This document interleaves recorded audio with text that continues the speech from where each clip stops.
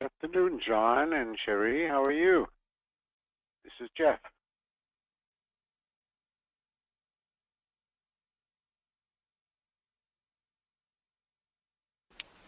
Hello, how are you? Can you hear me? Good. I'm fine. This is Cherie. Yes, Did I pronounce that right? you did, Cherie? yes. Yes, Okay. yes, thank you. You Can you know, hear you, me? you don't always get all of the names right, so it pays to ask. Let's see, we've got 14 people coming on. Only two are here, you and John at this moment. Okay. You're working, I understand everyone's working from their desk. Is that correct, Cherie? Yes, Okay, great. Can you hear me? I can hear you, John. Okay. Hi, I'm John. I'm working from home today, so I'm not at my desk, but Well, you got lucky. You get to work from home. yeah, Just today? Other days you'll be in the office, or yeah. you? Okay, very good. I can hear you just fine. Great.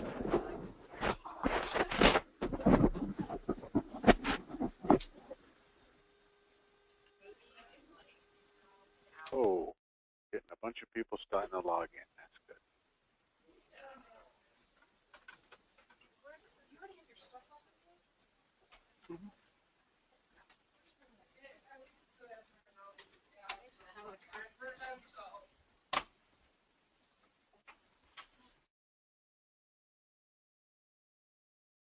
Well, let's do some more sound checks while we're waiting here. David, I see you're in and you're muted. Can you hear me? I can hear you. Okay, terrific. We're doing a little sound checks while we're waiting for everyone to get in. And so thank you. David, okay? Let's see. Tammy, I see that you're in. Can you hear me?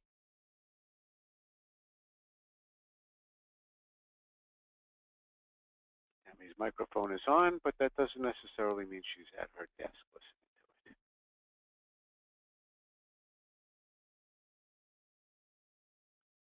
Well, that means we have 3.5 out of 14 people. We're getting there. First afternoon, I'll give everybody a little extra time. Who is that? Oh, sorry, I don't know how to mute apparently. This is Grace. Hi, Grace. How are you? Good, thanks. How This are is you? Jeff. Hi, Okay, Jeff. just fine. I was just doing sound checks, so I'm glad you came in and gave me a sound check here. I do see you're in now. The way you mute yourself is in your control panel. There's a little way on your name. There's a picture generally of a microphone or a telephone, depending on how you come in, and you just click on it, and it puts a slash through it and mutes you.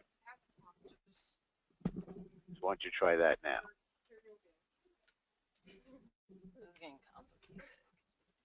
I don't see you muted yet, so you're looking for it.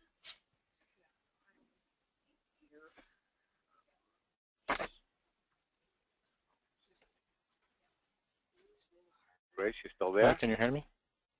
Yes. Who is this speaking? This is Amin. Hi, Jeff. It's Grace Hi, is here Amin. too. How are you? Good. Yourself? Good. Welcome. I'm doing a little sound checks now while we're waiting for everybody to come on. I can hear you just fine. I mean, it's a little low on your end, so you might want to put the microphone a little closer to your mouth or speak a little louder when you do chat, but I can't hear you anyway, so we're good on that. Danielle, you in? Yep, I'm in. Okay, great. You can hear me okay, I gather. Very good. I can hear you well. Yep, So I can hear you great. Jeff, can you hear me better? Yes. Amin? Yep. Okay, I can.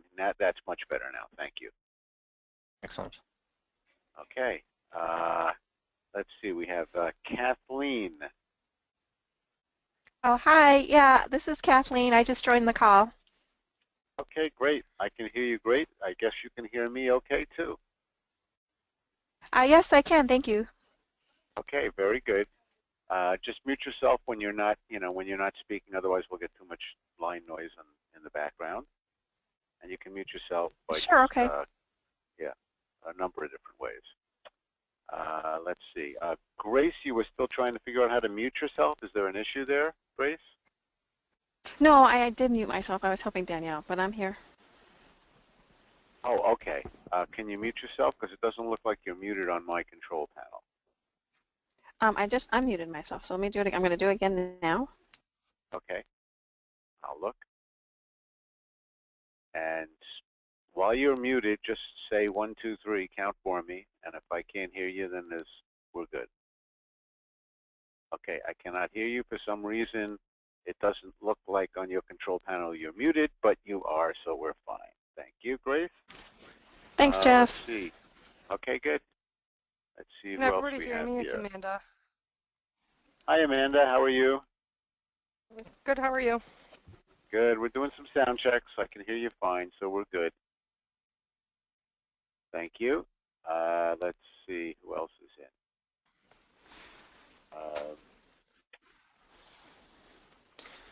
Hey, Jeff, while we're waiting, I don't Yes. think we received all the books. Can you hear me? Yes. I think we're missing a few books.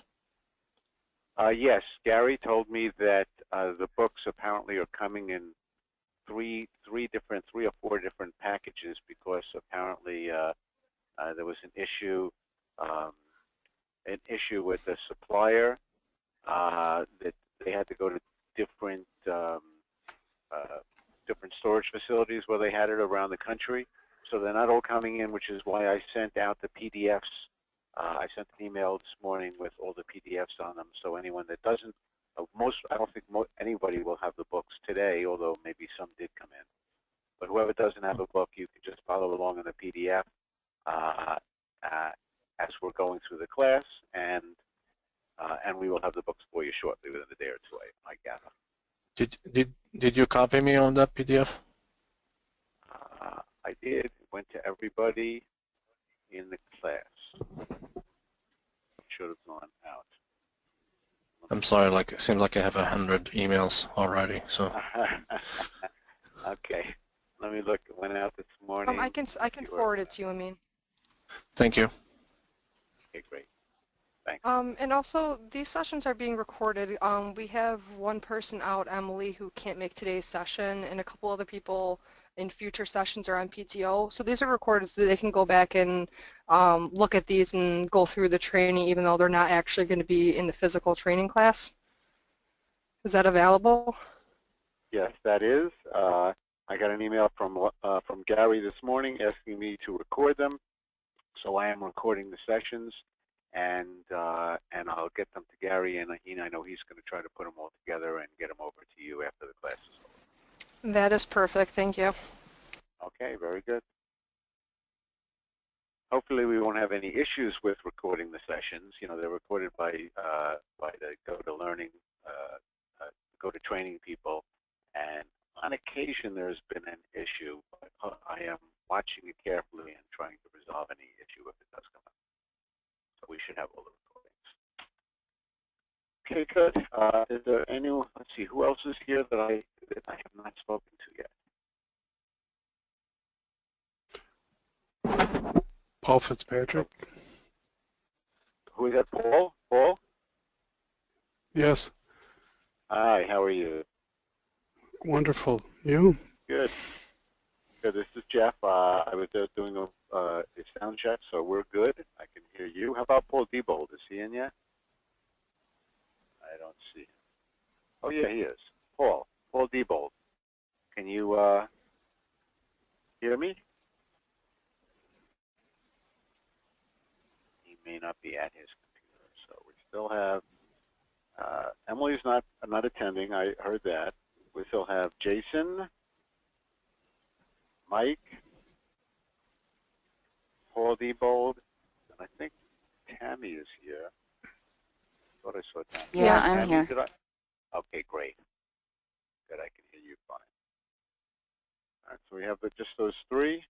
It's a little after 1. We'll give them another minute or two, and then we'll get started.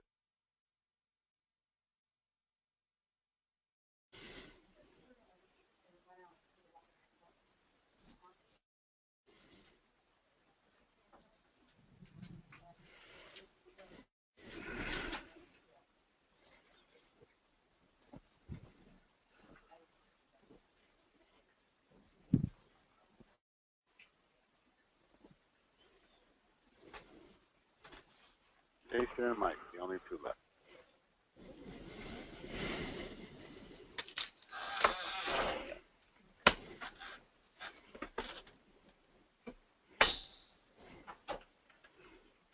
Okay, if someone could check with Jason and Mike to see if they're having any problems. Muted. Muted. I hear someone speaking, but I don't know who that is. So this is Grace. It looks like Paul isn't at his desk, but he might be doing it from a remote location. Okay, well, he's not in yet. So if he's doing it from a remote, Paul is not at his desk? Yeah, Well, they might be running late from a meeting, so we probably. I thought I spoke to both Pauls, but maybe not. Paul Fitzpatrick we're Paul- talking about? Or? Paul Paul Debold. Fitzpatrick is here. Right, Paul Debold. Okay. Well, Paul Debold also shows as signed in, but shows as So they're inattentive, which means that he's not at his computer. so Paul Diopold and I think Mike Healy and John and them, I think that they're working over in one of our other buildings, so they might be logged on, but maybe this voice kind of speaker thing with the headset's not working where they're remoting in, so I think that they might be on, just not being actively able to speak. So I think that we're good and we can go ahead. Okay, I don't see a chat from them, so I'm going to send out a chat to anyone who cannot hear me let's just change that. Having problems, please chat what is going on. So I just got notice John might not be on at all, that he has the flu, so he's going to try to remote in from home. I'm doing this from home. Okay, awesome. So I don't know where they are. Okay. John I spoke to already. John was on, and he was working from home today. So John is good. Yeah, but it doesn't mean I don't know where the other people are. Oh, okay. They're not in my house, so. Okay. All right, so John is good. The issues were Paul Debold and Jason Morrison and Mike Healy. Those were the I think three issues. Jason might actually be out today. Okay. Well, He might as not we be said, on. we are taping the recording the session, so they'll have that available. And let's get started. Okay. First of all, my name is Jeff Weiland. Welcome, everybody. You should be able to see a screen, a little Word document here that says Welcome to SQL Fundamentals 1. Okay, if anyone can't see that, just let me know. And just as a general point, as we go through the class, I'm going to be bringing up Word documents. I'm going to be bringing up PowerPoint documents. I'm going to be bringing up documents from our books. When we want to look at something in the book, I'll be in SQL Plus, so SQL Developer, doing some examples. So I'll be jumping from screen to screen. If at any time I'm talking about something and you're not seeing what I'm talking about, it just means that I have not clicked on something properly or clicked it improperly. So just jump in and let me know, hey, Jeff, we're not seeing that. Rather than, wait there and try to figure out what's going on. That's typically what goes on. And in a class of our duration, it typically happens once or twice over the 5 days that we're going to be chatting. So just jump in if you find any issues and you're not seeing what I'm chatting about. Okay. first thing is I'd like some introductions, and since we're such a big group, let's make it really quick. Okay, let's make it very abbreviated. And I'll ask you. I'll actually call out your name, so I'll know your name at that point.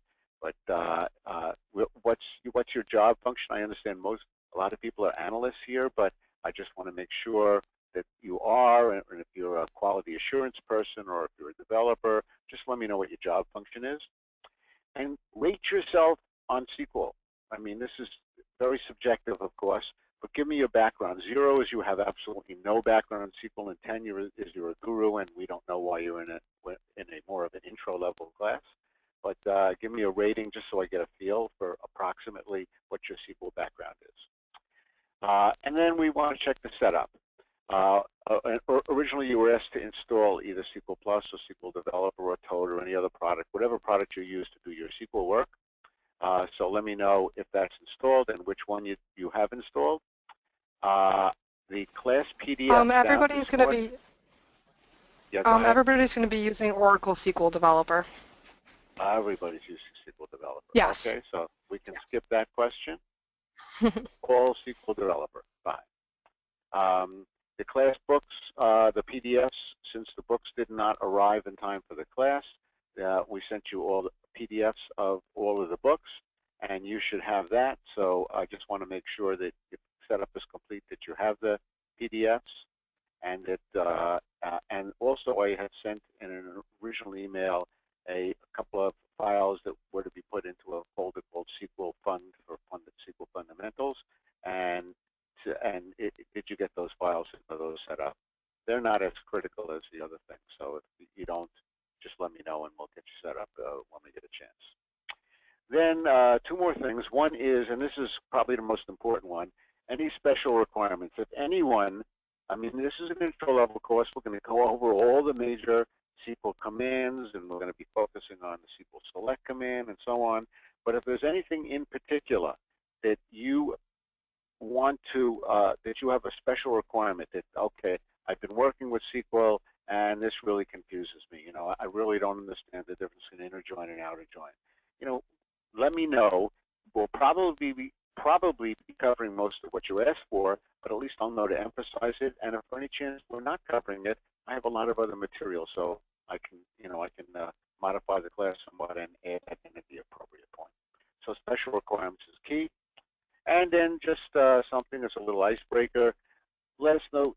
Let me know. Let everyone know something interesting, unusual, special about you. Has nothing to do with work. I don't care if it's about a hobby or something you've done recently or something you're going to do, or your family, that you have 12 kids at home. You know, whatever it might be that you want to just share with everybody. So that would be nice. So we're going to start off. I'm going to ask for let's see, John first. Okay. Yeah, I'm an analyst. I think everyone that's going to be on here is going to be coming from the analyst team. I work in the provider analytics team, so we're mostly just looking at provider performance. Okay. My background was SQL. I probably know enough to read commands and know what they're going to do, but I haven't really done a lot of writing code myself, so okay. I don't know, So probably somewhere in the middle. Somewhere 2 or 3 or something like that. If you just read it, Yeah. you haven't written it yet. Okay. I have the books downloaded. Great. All right, and something interesting. I play the drums in a rock and roll Okay. band. Oh, you're in a rock and roll band. Okay. Well, not now, but I was. Oh, previously in an earlier life. Yeah, Okay. giving it up for the analyst life, I guess. Okay. Well, you can do both, but you know, as we get older, certain things drop off, and you know, as we change our life. So that's cool. All right, very good. Thank you. And no special requirements at this point, John? No. Okay. Thank you. Okay, David. Can you hear me? I can. Okay. I'm an analyst as well. I work in employer group reporting. My knowledge of SQL is very limited, I would say. So maybe a 1, 2 at most. Mm-hmm. And then something interesting is I hit a hole-in-one in golf the 3rd time ever golfing. You had a hole-in-one the 3rd time. Yes. And how long have you been golfing? I don't golf anymore. Oh, you don't? Okay. No, it's too boring. All right, 3rd time match you did a hole-in-one. Well, that's pretty good. I don't golf much, but I've never come even close to that. Okay, very good. And no special requirements? No. Okay, and your setup is all done? You're all got the PDFs and everything? Yep. Okay, cool. Thank you. Amanda. I'm Amanda. I'm also an analyst. My background, I use SQL Developer on a daily, but I'm completely self-taught, so I don't really know what to compare myself to, so I would guess maybe like a 7 or an 8. My setup's all complete. I have the book downloaded and everything. For special requirements, I had somebody mention it to me once, and I've never really worked with it or investigated it of actually doing prompts in SQL Developer. So I do them in SAS to help process flow and different things like that, but I don't know if that's a capability in SQL Developer or if we could go over that if that is. Sure. As for an interesting, unusual thing, I'm kind of an adrenaline junkie. I like to skydive and kind of do outrageous things. So that's a little fact about me. Wow, okay. What else outrageous do you do in the adrenaline area? Beyond skydiving? I jump off of buildings. I jumped off of the Stratosphere in Vegas and do sprint cars and a bunch of other things like that. Wow. Okay. That's way beyond me. Way beyond me. Yeah. I like certain things, but the heights don't really excite me that much. Okay. Yeah, Very cool. not a lot of Thank people you. like it. Yeah. All right. Let's see. Paul was not with us before. Paul Diebold. Paul, are you with us yet? He put a message on the thing saying that he can hear us, but his mic's not working. So I don't know. Oh, okay. I see that message now. I can hear you fine, but for some reason my mic isn't working. That's good and can go both. Okay, Paul. Just so you know, if you do have a telephone, you can dial. If you go into your audio tab on your control panel, it shows you a telephone number that you can dial with. So if you want, if your mic isn't working, you can use that telephone and dial in with that. And otherwise, you'll have to ask us questions via chat, and I don't always see the chat, so someone else might see it before I do, and hopefully they'll let me know. Okay, thank you. Next one is Paul Fitzpatrick. Yes, I'm also an analyst with the Trend team, and I guess my background in SQL is pretty much like everybody else, limited. I do use it often, but mostly building queries for claims data. I'm not doing a whole lot of other stuff. So 3 maybe, perhaps. Have the downloads, no special requirements other than perhaps kosher meals. And I'm not Jewish, but it just sounds like an interesting request.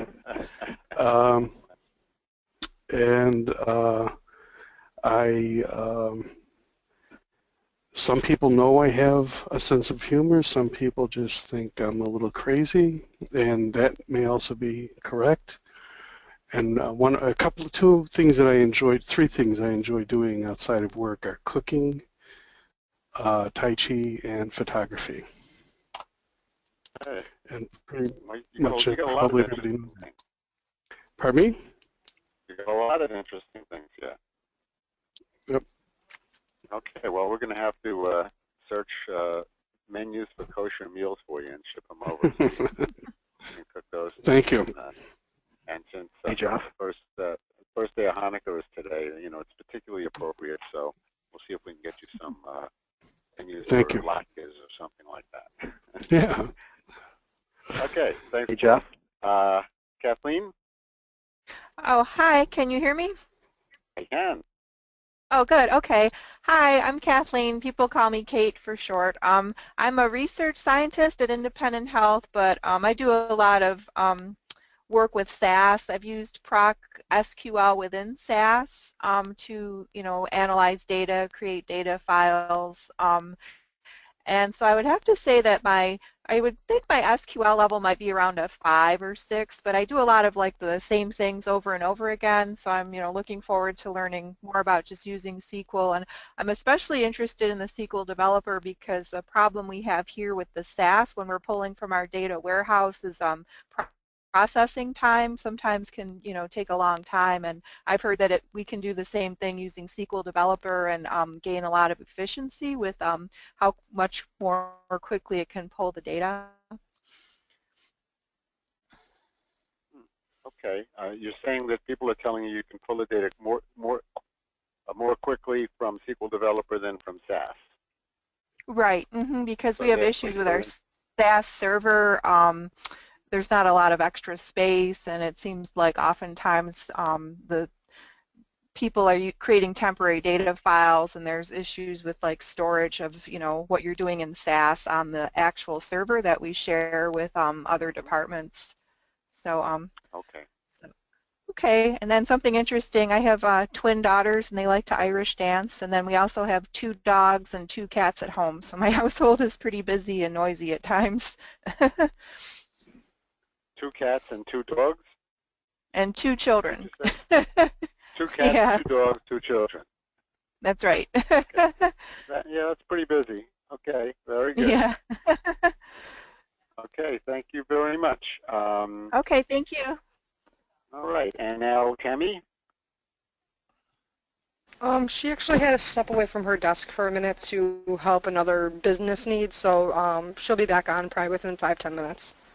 Okay, great. How about Grace? Hello. Like everyone else, I'm an analyst. I work on the employer group reporting team. And I've spent most of my career doing SAS, so I understand coding. I just need to learn the particulars of SQL a little bit. I also do Enterprise Guide for SAS, which incorporates at least a version of SQL within that platform. So I would say I'm maybe at this point a 2 or a 3 on SQL. I just sort of figure things out as I go along. And interesting thing about me is I just bought a car and I'm so very happy. I love it. It just made me very happy to go buy a car. You had an It's a older 23. car and you just bought a new car? No, it's a 2013 Kia Sorento. It's just makes me very happy. Okay, well that's good. You did something that made yourself happy. That's always Amen. nice. Okay, great. And any special requirements? Nope. Okay. I'm an open book. Thank you. Okay. Cherie?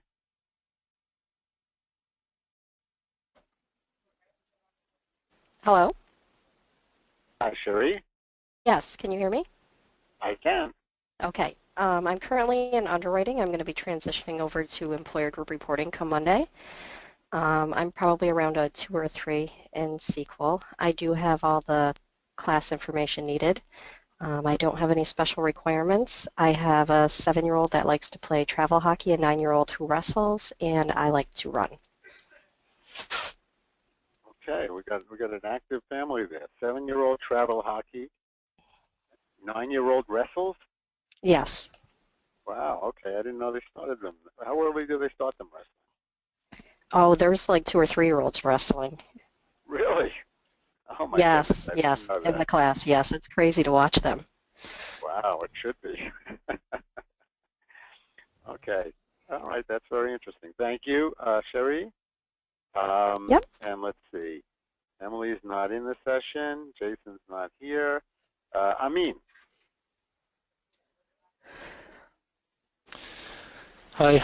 I think John, I'm sorry, not John, Paul was trying to to get your attention a few minutes ago, so he's online. Yeah, Paul, you're there? I did see, yep, I saw his note that his mic is not working.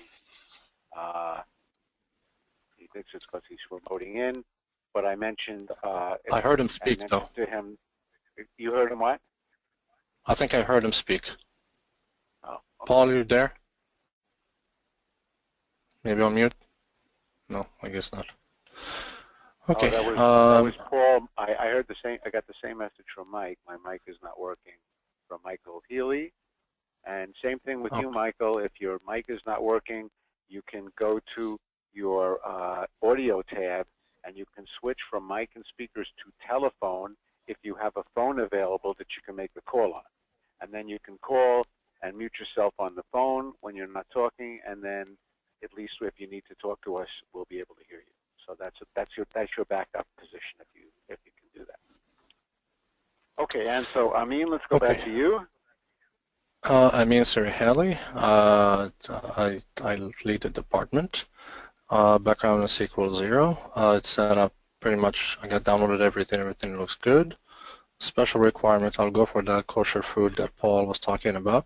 You know. Okay. And something interesting. I have 2 kids myself. No fighting yet. Well, actually, I do taekwondo now with Yusuf.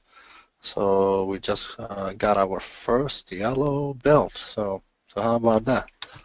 Wow. Okay. How old are the kids?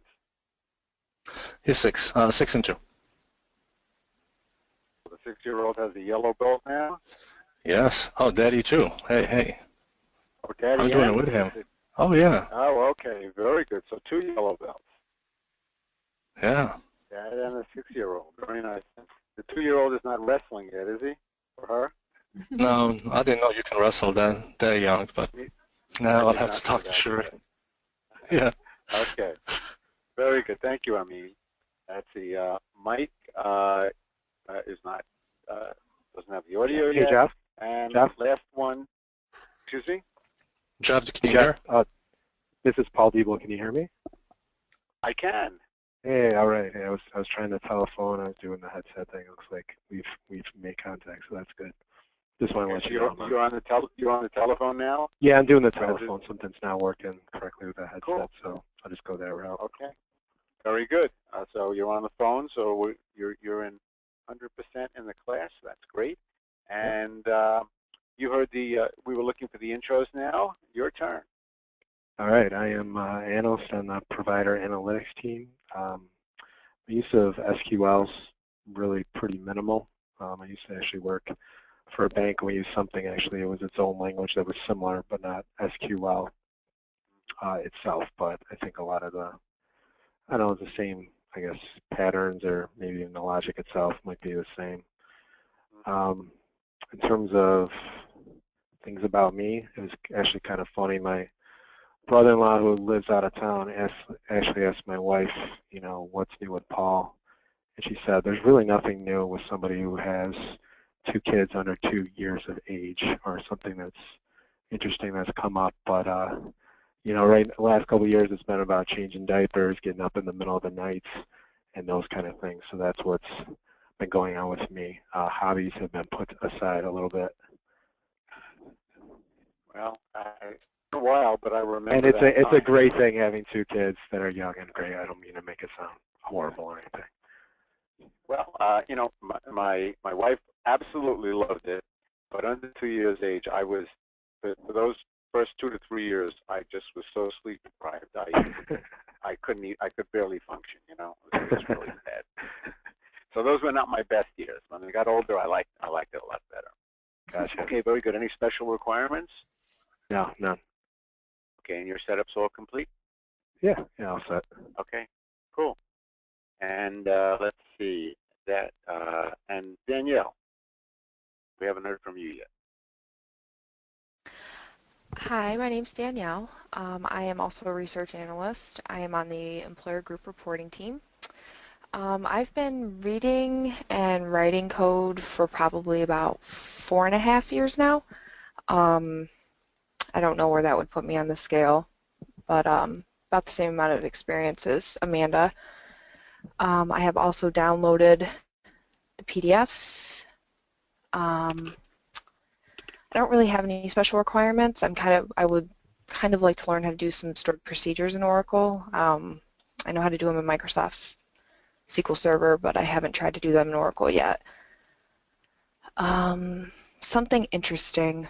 I don't know if it's interesting. I can't really think of anything, but to my parents' knowledge, when I was a child, I never crawled or stood or walked. I just got up one day and ran. So evidently they just never, I don't know. They said I was spoiled and waited on a lot, so I don't really know. That is very interesting. I had one good friend who, similar but in a whole different vein, he never spoke, he never did any words, he never tried to sound out any words, and one day they were having a discussion and he just jumped in and started talking to them. Which was, Well, there you go. See, you do really, things when you're ready to do really them. weird. Yeah. So, their conclusion was, he happens to be a brilliant guy, and their conclusion was, their discussions were just too low level for him. And when they finally had something worthwhile, he decided to jump in. So I guess life was going too slowly for you, and you Yes, just I guess jumped in so. at the right time. Okay, thank you, Danielle. Was there anybody I missed? Anybody I missed? Chime in now. Okay. The only one I missed was me. My name is Jeff Weiland. I am a developer and a trainer. I develop in SQL and PL SQL, and I do a lot of Oracle work. And I spend about half my time developing and half my time training because for me it's a nice combination. Something different and unusual, I have had a lifelong desire to go to the Himalayas and get to see Mount Everest myself. And in October I did that. I took a 3.5-week trip and went to the Himalayas and did a lot of hiking and walking out there and trekking, and it was just fabulous. I mean, I've been to the Alps and to the Rockies and down in South America. So I've been to a lot of high places, but there's just nothing that compare visually with what you see when you go there. Now, I did not climb Everest or anything. That's not because I mentioned before that heights is not my thing, but I love the vistas and the beauty and whatever. And there was a lot of trekking and a lot of high-level hiking and stuff, but no climbing. Let's put it that way. So that was an accomplishment that I was proud of because I had always wanted to do it and just never had the time or I was never in shape to do it, and needed to take a year to get in shape to do it, and so I got that one checked off now, so I'm glad about that. Okay, let us go to and get started now, and let's see what we're going to go to first. Little introductory chapter. You should see a little PowerPoint, and this is just I have some PowerPoint slides that I'm going to be showing you, and I will ship you that whole set of PowerPoint slides after the class also. And these are kind of like summaries of the entire book as we go through all the lessons and whatever in the book. And this hits the summary point, so I'm going to jump from the slide to SQL Plus or SQL Developer and do some code, and jump from that maybe into the book where the book has more details and we want to look at an example. So I'll be jumping around a little, but these are to me this was kind of a good way to summarize the data from each chapter in a much briefer way and hit the high points.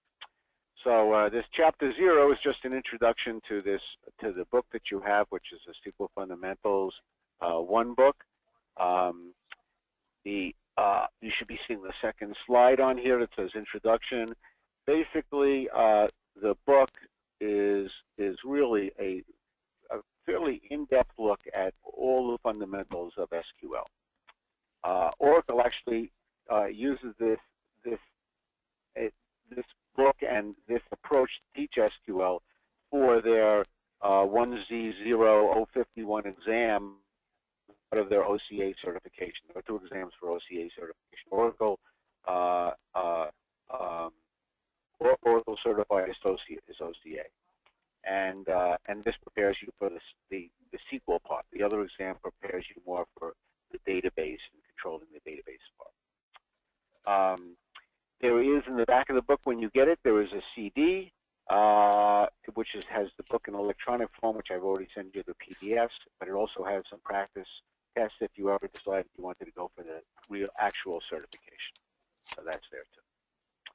Within the chapters, there are a lot of different things. For instance, on page 65 of the book, and let's see if we can get to that. On page 65 of the book, there's something called an exam watch. If you open it, well, you got to open your book. Page 65 is actually in chapter 2, and I should put that here somewhere. I lost my chapters that I had open, but I'll get to it in a sec.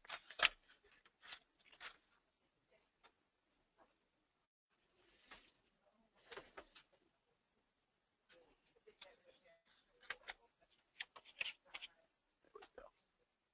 Chapter 2.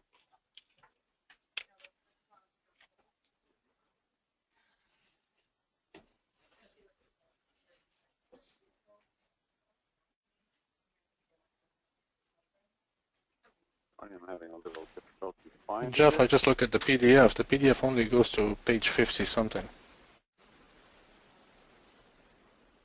The PDF, the PDF Yeah. that I gave you should have had multiple files in it. Yeah, so I was looking, I thought I was looking at chapter 2. Oh, Yeah, I'm sorry. you have I to was looking at a scroll. different Yeah, you have to chapter. scroll down.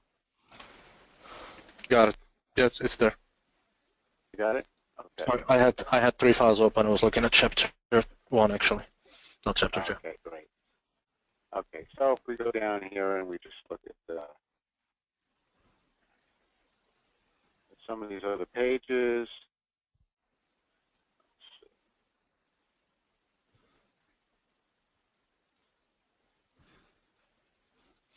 Okay, page 65, 63, exam watch on the job. And so here's, we'll go to 63 first.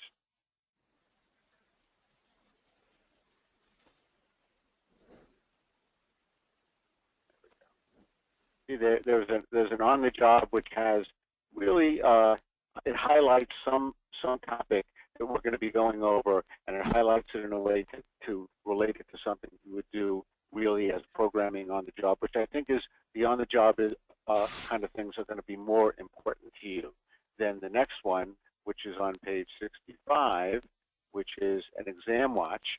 The exam watch, it really focuses for people that are looking to take the OCA exam. And it tells you, hey, this is an important concept because it's going to be on the exam. Now, some of those, of course, are important concepts anyway, but this really is focusing that something in particular is on the exam. So the exam watch and the on the job are the two things you're going to probably focus in the on the job as you go through the book. Inside the exam is another thing that's going to cover things that are on the exam, not the most critical to you. And there's a certification summary, and let's see, at the end of each chapter, there's always a certification summary. So if you look at page 157, which is in chapter 3, look at page 157, which is in chapter 3, you should see that. And there's a whole certification summary right there. And I'm sorry, the problem I had is that I did not have all of these open to start off with. So let's get that open, and we want to go to 157. Just to show you that. Oh.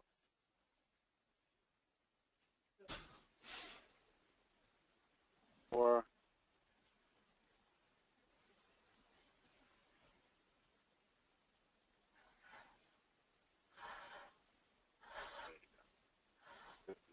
Certification summary, and at the end of the each chapter, it really gives you a very nice summary of the whole chapter.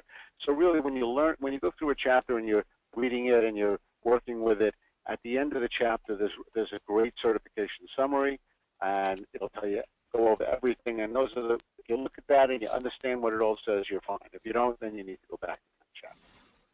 And then beyond that, there's a little drill to help you with things, questions to ask yourself to make sure you understand it. And then there are two things. There's a self-test, which is geared more, I'm going to have you do some of the self-tests, but not all of them by a long shot, because the self-test is geared more to the exam. There's a self-test, and then there is a lab question. And it has you actually do a lab where you're going to get on and do some work. So you're going to do almost all the labs that are on the back, but the labs are not sufficient. This book, the one weakness it has is it doesn't have sufficient labs for people doing hands-on kind of work. So I've developed a whole bunch of other labs that that you're going to use within as we go through the class. And those other labs you can get from your control panel. There is a tab that says Materials. So everyone take a look at your tab that says Materials in your control panel. And if you click on the Materials tab, it will show you a file called SQL Fundamentals Workshops.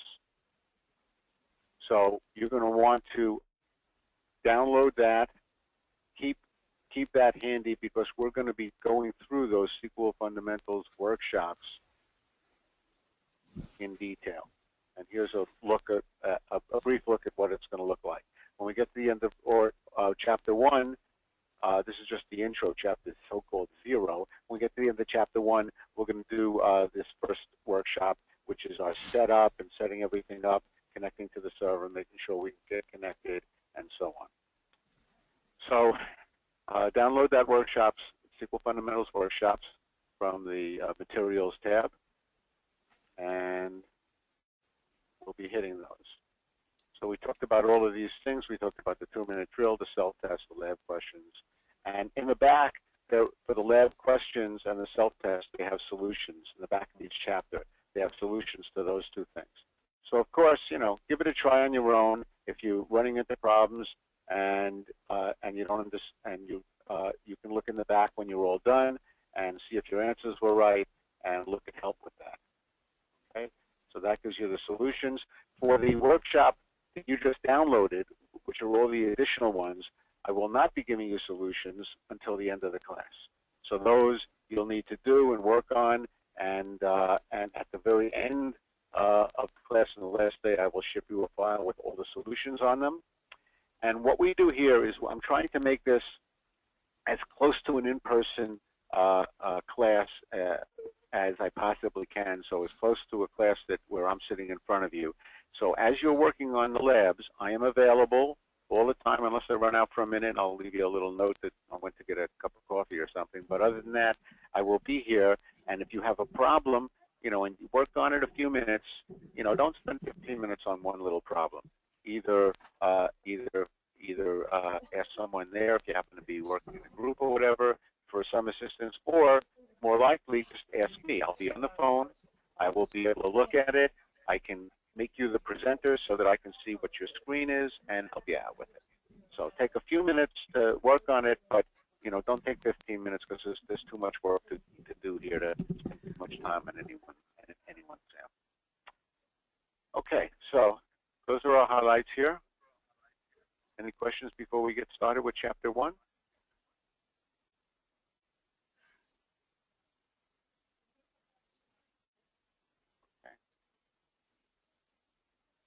Okay, Chapter 1 is Oracle Server Technologies and the Relational Paradigm.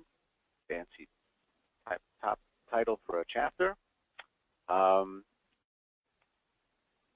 And the certification objective, the objectives of this chapter are to talk about the Oracle Server, talk about their technologies, understand what a relational database is, and Oracle is a relational database management system. There are other types of databases besides relational. There's hierarchical databases, okay? There's network databases. There are object-oriented databases. So, but Oracle is the typical one that's used in most environments today for commercial applications are relational databases, and Oracle is the premier relational database in existence today. But we have to talk about what that means and so on. So we'll go over what a relational database is and what relational structures are. Then we're going to go over a summary of the SQL language and talk about some of the client tools that are available. And when you install Oracle, you get demonstration schemas. The two main schemas, a schema is basically an owner of objects. So there's two schemas. One is called HR for human resources, and one is called OE for order entry. And this book uses those two schemas. The HR stuff is mostly for things in the book where they're giving you examples, and the OE schema is mostly for anything that they have you do as labs at the end of the chapter. I'm going to have you do labs in both the HR and the OE schemas, mostly the HR schema for the labs that I'll assign to you. So you're going to need to get onto both of those schemas, and we'll talk about that. And at the end of this chapter, we'll actually get onto the server, which is up in the cloud, make the connection, make sure you can get on, and set up those two schemas plus one additional schema that you'll use for your own work. Okay, so that's the purpose of this chapter. Server technologies. There are basically four things we're going to talk about here as far as Oracle Server and what the technologies are. The first is the database server, and that's the main thing. That's what you're going to be working with. Oracle also has an application server. We'll talk about it briefly. It has an enterprise manager, which manages the application service, the database service, and a lot of other stuff. And it has development tools, such as SQL Plus, SQL Developer, and SQL Loader, a number of different things that Oracle provides to help manage the database and use the database better. So we'll chat about those, but we're going to focus on the database server. Okay, first question is, what is an Oracle database? Well, it's really just a set of files that are on disk. When Oracle talks about an Oracle database, they're talking about the physical files that are on the disk. And the nice part about Oracle is that there's no limit to the number of files you can have, and no limit to the size of each file. So the size of the database is basically unlimited. Okay, so you can have as many files as you want, and you can split your database over a whole host of files. It can be in a few number of very large files or a large number of small files or some combination. The access to the database, the access to the sets of files that are out on disk is via an Oracle instance. So when you hear of an Oracle instance, what is that? What are they talking about? They're talking about two things. They're talking about background processes that do the processing and do all the work to go get the data, go save the data back out to disk and so on. And memory structures that are what's stored in memory to manage this whole process. And these database instances, they exist on CPUs of the database server. So kind of one way to think of this, the easy way to think of this is compare it to Microsoft Word. In Microsoft Word, the actual Word document is stored out on disk. That would be more equivalent to the Oracle database, which is stored out on disk. Of course, the one Word document's a heck of a lot smaller than the Oracle database, but you get the idea. An instance would be equivalent to Microsoft Word's program, the Word program. When you start the program up, it fires up Word, and then you do file open and all of that, and you bring in the database. And it's the combination of those two things that allows you to work with Word files and modify them and change them. And it's the combination of the Oracle database and the Oracle instance that allows you to store the data out on disk and bring it in and manipulate the data. Okay, the instance exists on CPUs. You can have single instance or multiple instances. And how do users connect? Well, a user does not directly read anything off disk. A user connects to an instance. The same way that to manipulate a Word document, you don't manipulate it directly in any way. You you work with Word, and you tell Word what you want to do. I want to change this to bold. I want to copy and paste this, and then it does all the work. So users connect to the database via the instance, and when the user connects to the database via the instance, that is called a single session. A session is one user connecting to the database through an instance. And the instance manages all the database access, getting the data, manipulating the data, and so on. And as I said before, the combination of the Oracle instance and the Oracle database together is known as the Oracle Database Server. That's how they operate.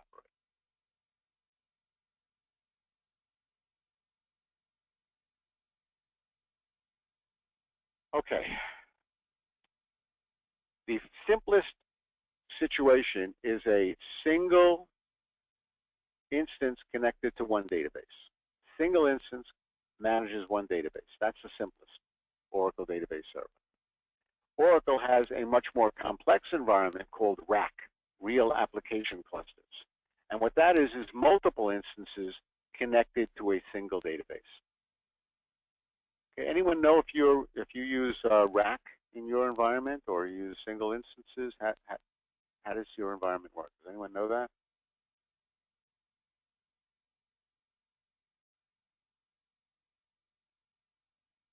What do you mean by instance?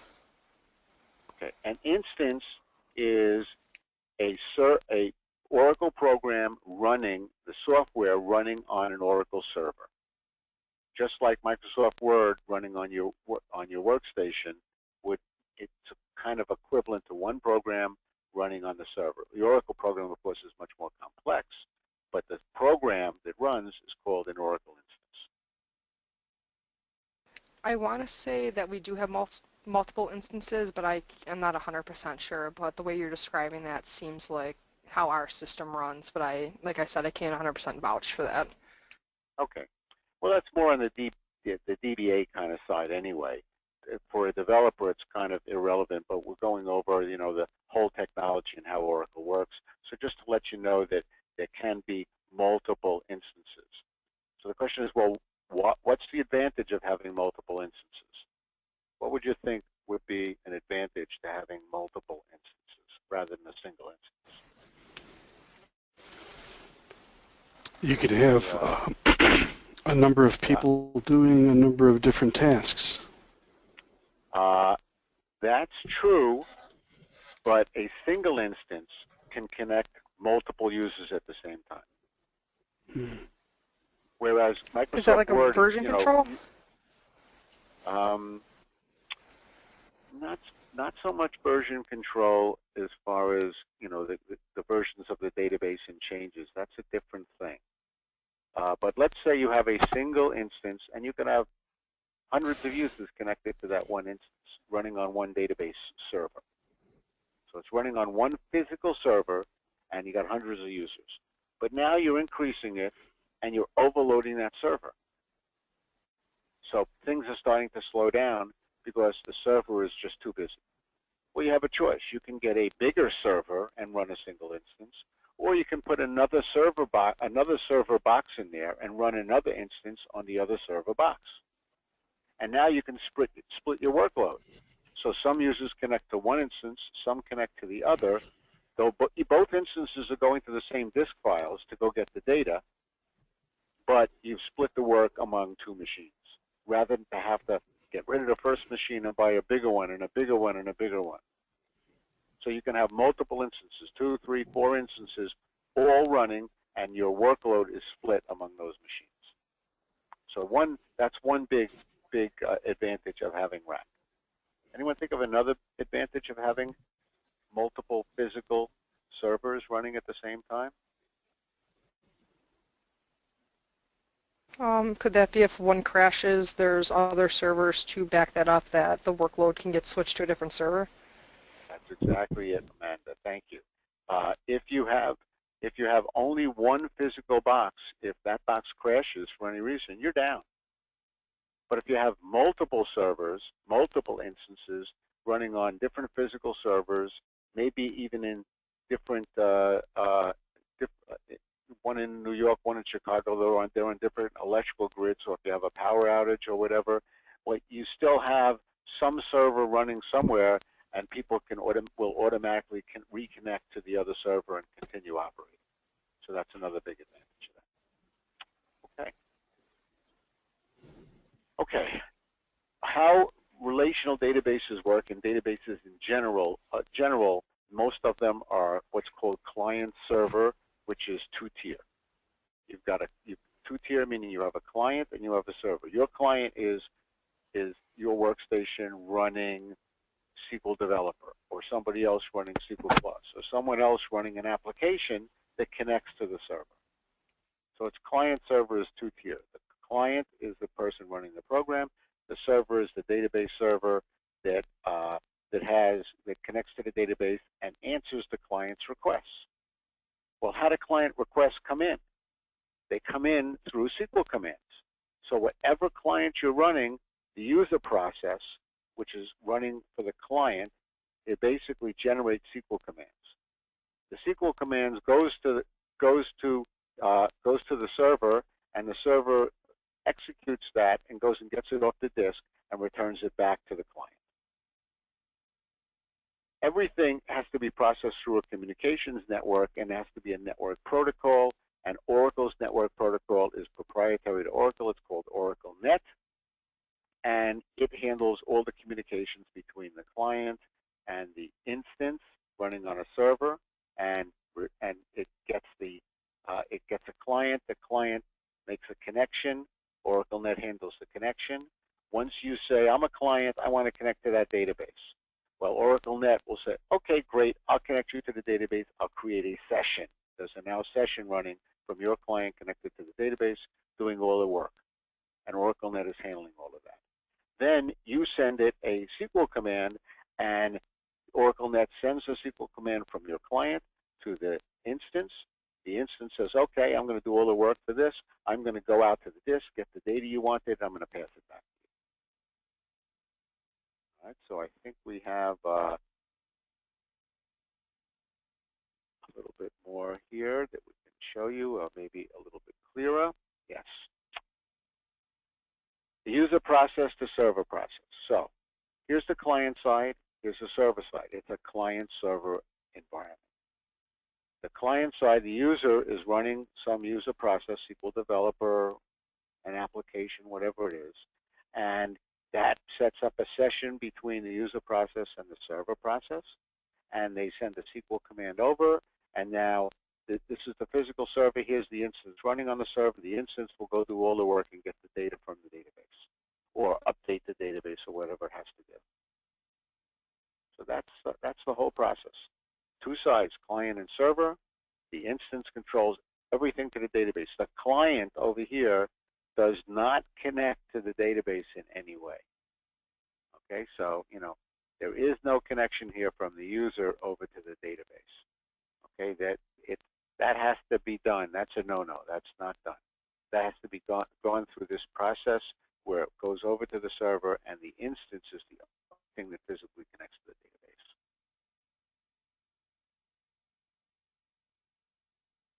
Any questions on any of that so far? Actually, I don't understand your last comment about the client is not connected to the database. Okay, a client, sometimes a client in certain environments can physically connect. Like if you were on your workstation and you had a file on the workstation, you can go to that file and find the database, that file, a data file that ends in TXT, let's say. And you can double click on it and open it directly. So you are physically manipulating that data.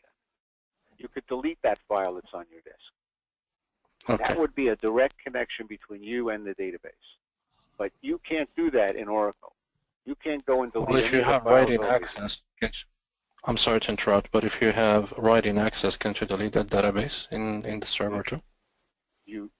If you're a DBA, or you're an administrator of the database server, yes, you could. Okay, good. But users don't have those administrator privileges. Gotcha. Thank you. A user just has the privilege to select from a database, or select from a certain table, insert, and so on. Good question. Any other questions?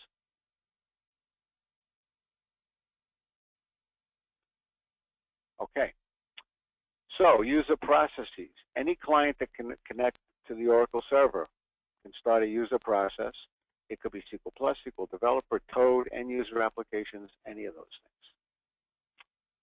All right, so that's the Oracle Database Server. There is a separate server called the Oracle Application Server for basically managing and deploying web-type applications, web-based applications. So this, and there are a lot of other, you don't have to use the Oracle Application Server to do that. You could use any other server. Instead of being client server, which is two-tier, Oracle database with a client like SQL Developer is two-tier. You got SQL Developer, you got the database. They talk to one another through the instance and so on. So there's two different areas. With an application server, be it Oracle or somebody else's application server, it becomes multi-tier. The simplest form is a three-tier, one extra tier. You got the client tier, and that's usually in this case because you're a web application. The client tier is managing the user interface through a browser. So your browser is now basically on your workstation. That's your client tier. Your middle tier, which is running Oracle Application Server or some other kind of application server, is what the browser is talking to. The browser talks to a middle tier. Instead of SQL Developer talking directly to the database, there's a middle tier that manages that whole thing. And the Oracle Application Server is one of those. It happens to be written in Java. And it's this middle tier that generates the SQL. What you're doing in SQL Developer is only two-tier, and it's SQL Developer that generates the SQL commands. But if someone's running a web-based application, there's generally a middle tier, and the middle tier generates the SQL statements. The client just manages the user interface, puts up the screen, puts up the Google screen or the New York Times screen or the whatever screen you have, lets you do your say what you want. It says enter the customer number. You enter the customer number, then you click the button view. That's the user screen. What the user screen does is it talks to the middle tier, and the middle tier, based on the user ID that you put in, generates a SQL statement. Select star from customer, customer equal whatever the customer number was that you put in. That generates a SQL statement. The middle tier talks to the database, which is the instance. Says, here's my SQL command. The SQL command returns data back to the middle tier, and the middle tier generates the whatever has to be done and sends the result back to the client and sends the HTML back to the client, and the client displays the user interface. So that's your difference here. Two-tier in SQL Developer or SQL Plus, multi-tier in a web-based application. Any questions on the difference there and how that works?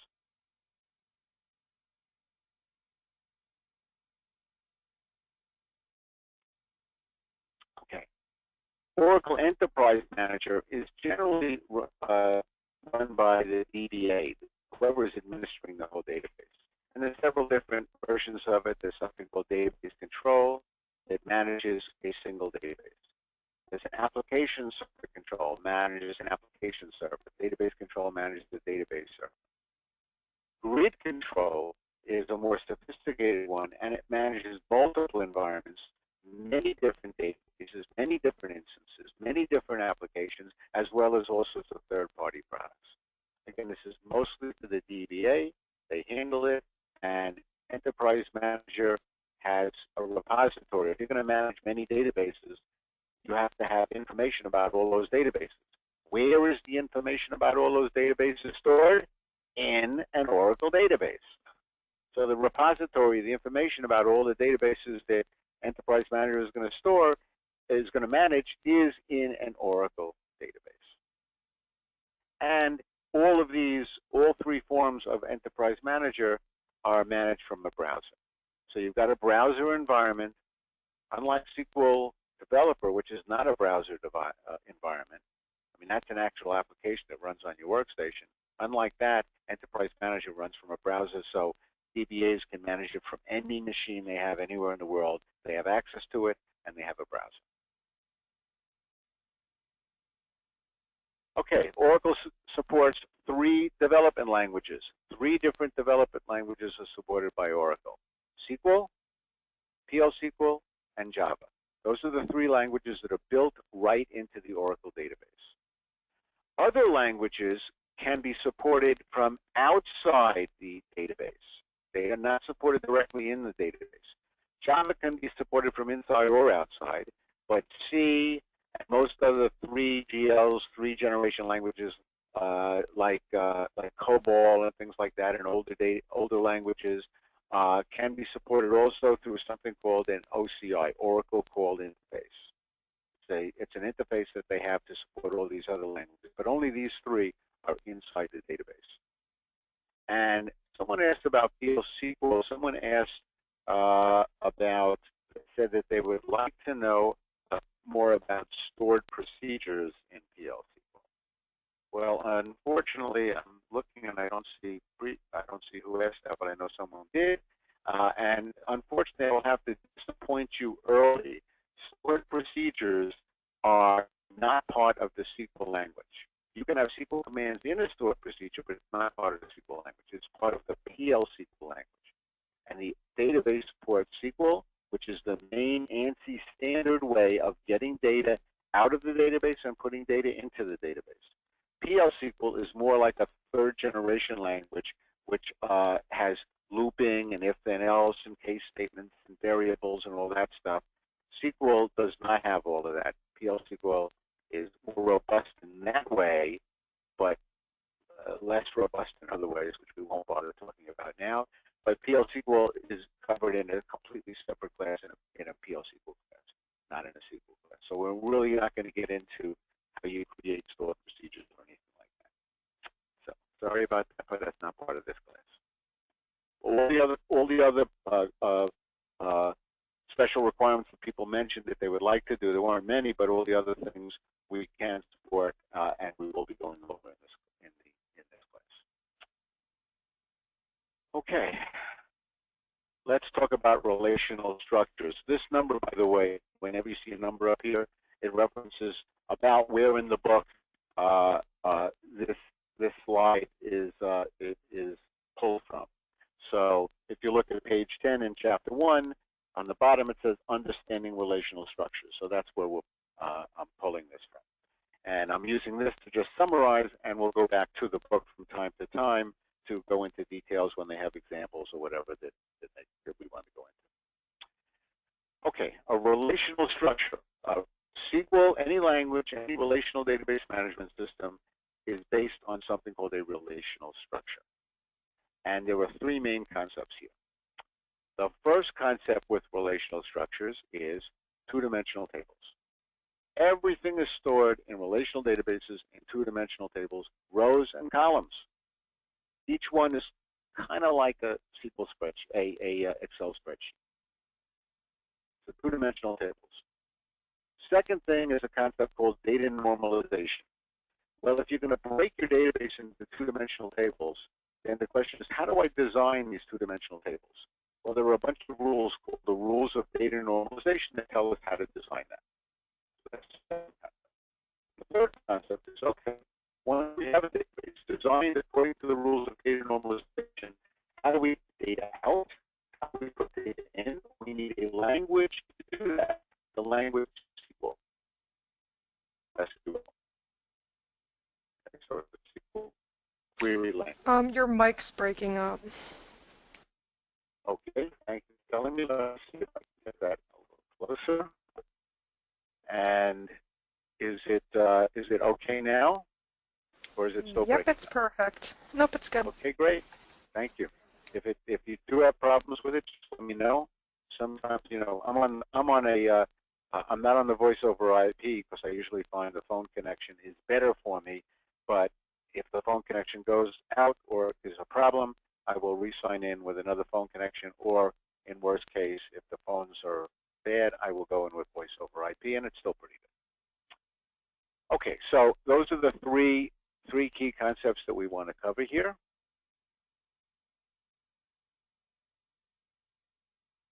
First thing is 2-dimensional tables. Well, this is really wonderful. A table I mean, two-dimensional table means every set of data is split into a table, which is two-dimensional rows and columns. But if you read any of the literature, they will sometimes refer to a table as a table, they'll sometimes refer to it as an entity, and they'll sometimes refer to it as a relation. A table, entity, or relation, that's all the same concept.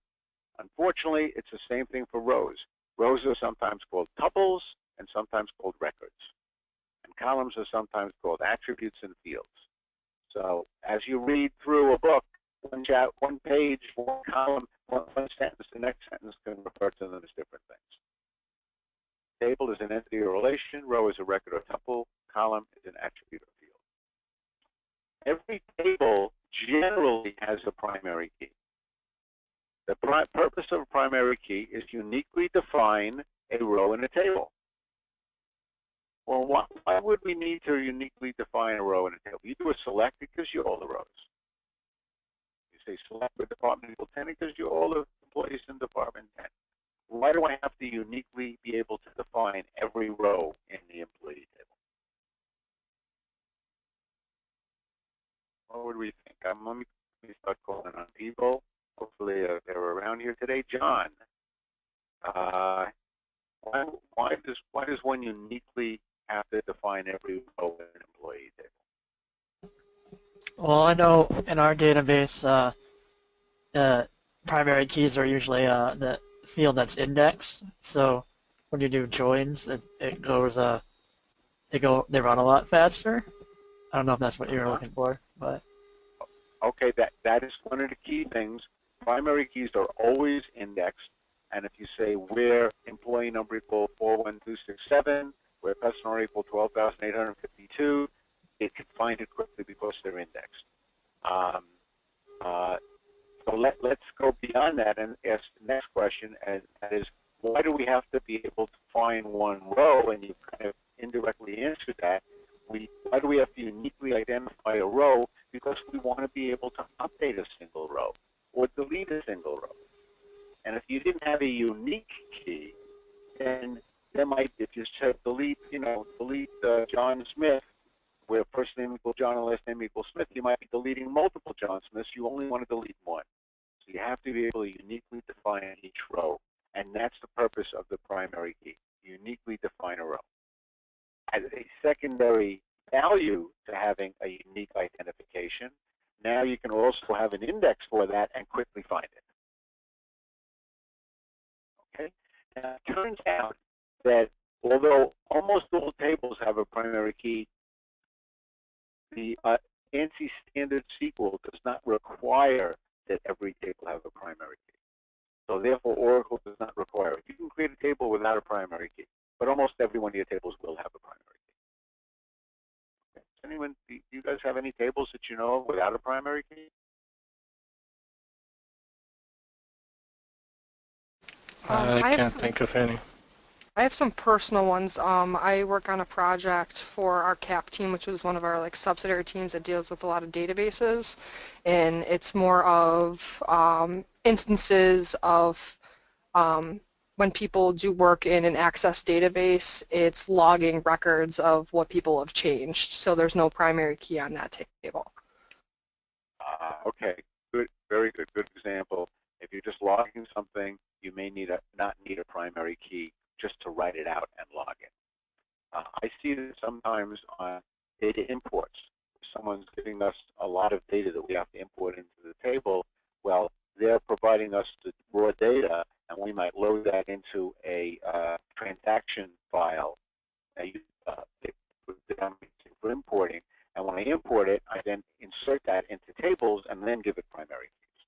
So there are a couple of reasons why you might not have it in certain situations. And that was a good example. Okay, so there are primary keys, and there's something else called a foreign key. Anyone know what a foreign key is? And give us an example from one of your environments of what a foreign key is. Important concept in relational databases. So a foreign key is something that you're looking at, say, like a descriptive table. So we have our claims table that might have, say, a member key field in our claims data, and that foreign key in the claims table will link to the member key in the actual member table, which in the member table, that member key is the primary key. So it's pulling more descriptive data into our actual claims data if you want to know more about the member. Okay, great. That's a good example. So basically, if you have linking between tables, which you almost always have in a real environment. So I'll take a simple environment of an employee table and a department table. Well, the employee table has employee number, first name, last name, salary, address, and so on. And it has a column called department number. So you know which department the employee is in. Now there's another table called the department table. It has department number, department name, manager's name for that department, and things like that. So for every employee, they have to belong to a valid department. And therefore, the department number in the employee table is a foreign key pointing to the department table. And whenever you put in an employee and you assign the employee a department number, if it's a foreign key, it must exist in the department table. If it doesn't exist in the department table, you can't add that employee. All right, so that's it. And it's like a two-way check. If you add an employee with a department number, it must exist in the department table. If you try to delete a department and that department has employees in the employee table, it will not let you delete that department. That's the general rule. There are a couple of ways to get around these things, but that's the general rule for primary keys and foreign keys. And what that does is it keeps your database consistent. So let's say you have customers and orders. I got a customer table with Cusno as my customer, as my primary key, and last name and first name and company name and company address and so on. And then I have an order table, and every customer can have multiple orders. Well, I have the order number and the order date and the order amount, and then I also have the customer number, so I know which customer that order belongs to. A Cusno column in the order table is a foreign key, and it must point to a valid customer in the customer table. Because otherwise, if I allowed you to put in customer number 75 in the order table and there was no customer 75, how would you know who to bill it to? I mean, it doesn't make sense. You'd have an orphaned order. So a foreign key makes the database consistent. And if you do have a lot of orders to customer 75 and you try to delete customer 75, Oracle will not let you do it because you have a foreign key in the other table and it says, hey, you've got orders. I'm not going to let you orphan those orders by deleting customer 75. So that's the whole concept of primary keys and foreign keys. Foreign key is in the child table pointing to a valid record in the parent table. That's the parent-child relationship. Any questions on that? And that is described in more detail in page 11. So when you get the summary at the end of the class, you can go back and find these things easily. Okay, so now we have these two-dimensional tables, and there's rows and columns, and of course the customer table had one row for every customer, and one column for every attribute or every field within the customer.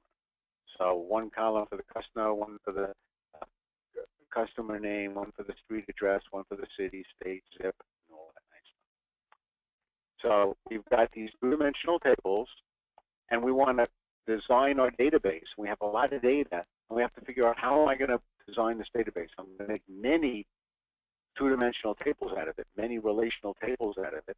How do I do that? Well, Oracle, and not just Oracle, but SQL, the rules for SQL have rules called data normalization. And Oracle follows the data normalization rules for SQL.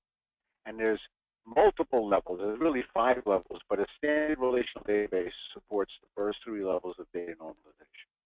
The first normal form is remove repeating groups. So if you have a repeating group, you want to remove it. And what do we know about these repeating groups? Well, we'll see that coming up in in the book. I'll jump to the book in a minute. The second rule for the second normal form is remove columns that are not dependent on the primary key. And the third normal form is remove all columns that are interdependent. So if you have a repeating group within some kind of a structure that you've created, well, you now know that I can't keep that in my structure. I have a table, but there's a repeating group in there. I can't. I got to pull that repeating group data out and probably create another table somewhere. If I have columns that are not dependent on the primary key, they're dependent on something else, I got to remove those columns and put them in another table. And if I have certain columns that are interdependent, I don't need all of those. I only need one of them, and I have to put the rest of them in another table. So that's what these rules are all about. It helps you design. You're going to have first, second, and third normal form. It helps you design that. And I'm not going to go into an example of that, but if you look at starting on page 14 in chapter 1, let's take a look here.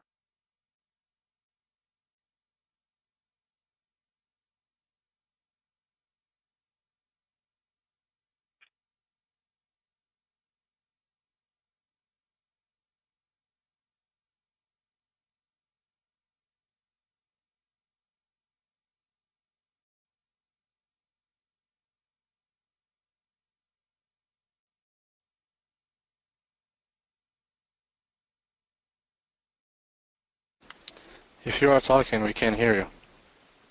I'm not. I'm just jumping back and forth, trying to get page 14 here. Okay. But thanks for letting me know. Here's where it starts the rules of data normalization. And if you're interested, you can go through this process, and it shows you things like here's an unnormalized version. If someone created a table and it had as one column ISBN and another column title, and then it could have multiple authors. So it might have a column author 1, author 2, author 3, author 4. That's a repeating group. It repeats. And therefore, you would have to take these authors out of this table and put it into another table. That's the issue here. Okay? See the issue? We're having a repeating group where the author repeats many times, and the only way to do that reasonably is have a column author 1, author 2, author 3, author 4. You don't want to do that. You don't know how many you're going to need, and it turns out it's very hard to write SQL commands against that kind of structure. So you're going to pull it out, and you're going to create another table with probably called your author table, and it's going to have its own data. So I'm going to now have my ISBN, my title, and my publisher. But I pulled out the authors, and I put it in a separate table called an author table. So I have my authors John Watson and Rupesh and Sam, and I'm telling it John and Rupesh were authors for book 1, 2, 3, 4, 5. So this 1, 2, 3, 4, 5 is a foreign key pointing back to the primary key in the books table, instead of this structure which had multiple authors, because that violated the first normal form, remove repeating groups. And if you're interested in this, I mean, this is more for designers, but I want you to understand the concepts of the fact that these things have to be pulled out, and you have to design it properly without repeating groups, without columns that are dependent. They're not dependent. They have to be dependent on the primary key, and you don't need multiple interdependent columns. So you can go back to the next few pages here, and they show you examples of that. But I don't want to take the time to do that. I'm just letting you know that those are the rules that are required. Okay, now for documentation, any questions on that three normal forms that I'm talking about and what the concept is here? Helps you design your two-dimensional tables so that it makes sense, it's easy to use, and it also doesn't allow duplicate data. Because other forms, some of the other forms, if you violate these rules, you're going to have data in multiple tables, but it's the same data. And you don't want the same data in multiple places. Okay? Why do you not want the same data in multiple places? There's two main reasons. Anyone think of two main reasons? Let's see. Let's try David. David, why would you not want to have multiple data in or data in more than one place? Two main reasons. Give me one. One is one for the space that it would take up within a database. Absolutely. One of them is the space, because if something occurs many, many times, you're taking up much more space. Okay? Any idea, David, what the second one is? What's the second reason for not wanting it duplicated? Nothing comes straight to my head, no. Okay. Anybody else want to jump in? Another reason why you don't want to duplicate data multiple times in different places? I would say that it's harder to update. When you want to make an update, you have to change two tables. You got it. Yeah, if data appears in many places, let's say a customer name is in the customer table, but it's also located in every order. You could put the customer name in every order, and the address. Well, now let's say a customer changes their address. You not only have to change it in the customer table, you got to change it in all 47 of their orders. It's very hard to keep the data consistent and in sync because you wind up changing it in too many places. You don't want to have to change it, and that's a maintenance nightmare, and then everything gets out of sync. So you really you almost never want to have duplicate data in your database.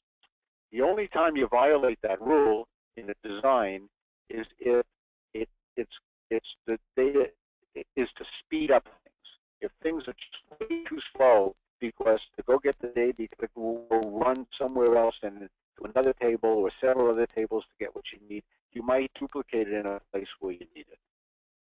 And that happens a lot in what we call data warehouses, where you're doing analysis and reports. And I don't know, are you folks working from a lot of data warehouses? Does anyone know the term data warehouse versus OLTP, online transaction processing? OLTP is applications where you're like a ordering application, where you're inserting orders, updating orders, looking up one order, and so on. Data warehouse is like a situation where all my orders for the month are stored in one place. At the end of the month, I store it all together, and now people are just doing analysis on that throughout the first few days of the month to do all their monthly reports. That's a data warehouse. In a data warehouse, that's where you might duplicate data because you're running big reports against a large volume of data, and they're running too slowly, and you may want to duplicate data. So you can pay the price of having duplicate data, so it's going to store more space on disk, but the reports are going to run faster. And the maintenance is not an issue because I create a data warehouse maybe the first day of every month, and then everybody uses it for the month because it's fairly static. It doesn't change. OLTP, orders are coming in and changing every day. Data warehouse is fairly static. So in general, you're not going to have duplicate data. There are exceptions to data warehouses and other places where you need it for efficiency to run faster. Any questions on that?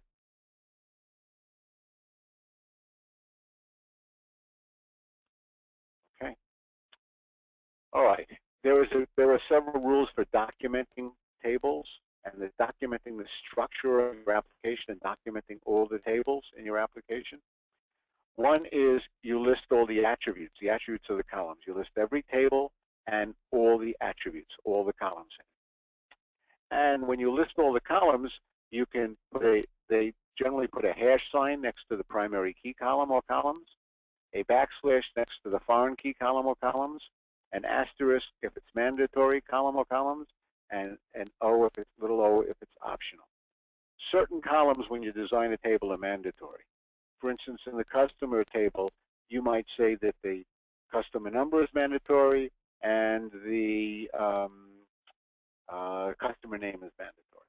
Maybe that's all you have that's mandatory. In your order table, you may have the order number and the order date you might say I must have, and the order price I must have, and the customer number. Those may all be mandatory fields. And a mandatory field means you cannot leave it without a value. Without a value, there's another term for without a value. A column is what if it doesn't have any value? Anyone know that term? Missing? No. No, No means I'm missing. having a hard time actually hearing you. Okay. Is anyone else having a hard time hearing me as well? Does other people speak? In and Am I out. the only one? Yes, I am. Yes. Yes, but this Yes. is Grace. You're coming in and out. I am coming in and out. That's not good. Let me raise the volume a little. Is that any better No, now? I think I hear every other word. Like the words get cut out. The words get cut off. All right, here's what I'm going to do. I've been speaking quickly. I'm going to speak a little slower and see if that helps. And if that doesn't help, I will redial in. Okay? So let's speak a little slower. I think you should try to redial in. Say that again. Go ahead, Paul. Okay, I'm going to. I was going to say there's almost like a twang. There's almost a twang. I'm sorry, almost a twang following your words, so that it has a very mechanical sound, and the fact that the words are being cut off or cut out or overlapping. Okay, I'm going to hang this up then, and I'm going to come in. Give me about 30 seconds, and I'll come in on voice over IP, and we'll see if that's any better. I'll be right back. Don't go away. Okay.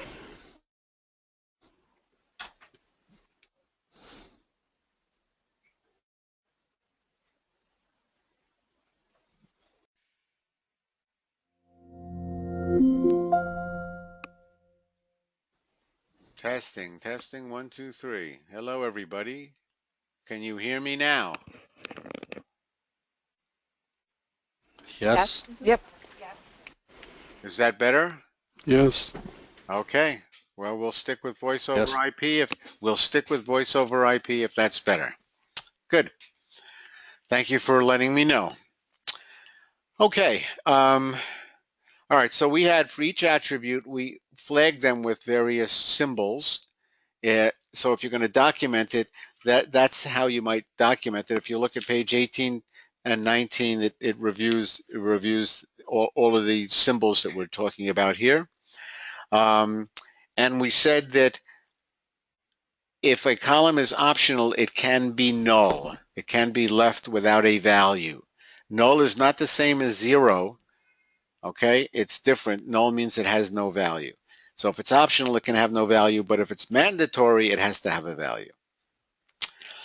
And the second thing we're going to do, besides listing the columns, indicating these pieces of information, which is the primary key, foreign key, is it mandatory or optional? We also can have an entity relationship, sometimes called ER, entity relationship diagram, to describe the primary keys and foreign keys and how they relate. So here's an example of, I have my books table, and there can be multiple authors. You see this little symbol here with it looks like crow's feet? That's the multiple. If it doesn't have that, it's a one-to-one relationship. If it does have that, it's a one-to-many. So one book can have many authors, but one author only has one address. One book can have many publishers. Excuse me, one publisher can have many books, but one publisher only has one address. That's a very simplified view, oversimplified, but it's a simplified view, and that's an ER, entity relationship diagram. So it's incomplete, but it gives you a picture of what an ER diagram is like. So what we did here was one-to-one and one-to-many. There are relationships that are many-to-many.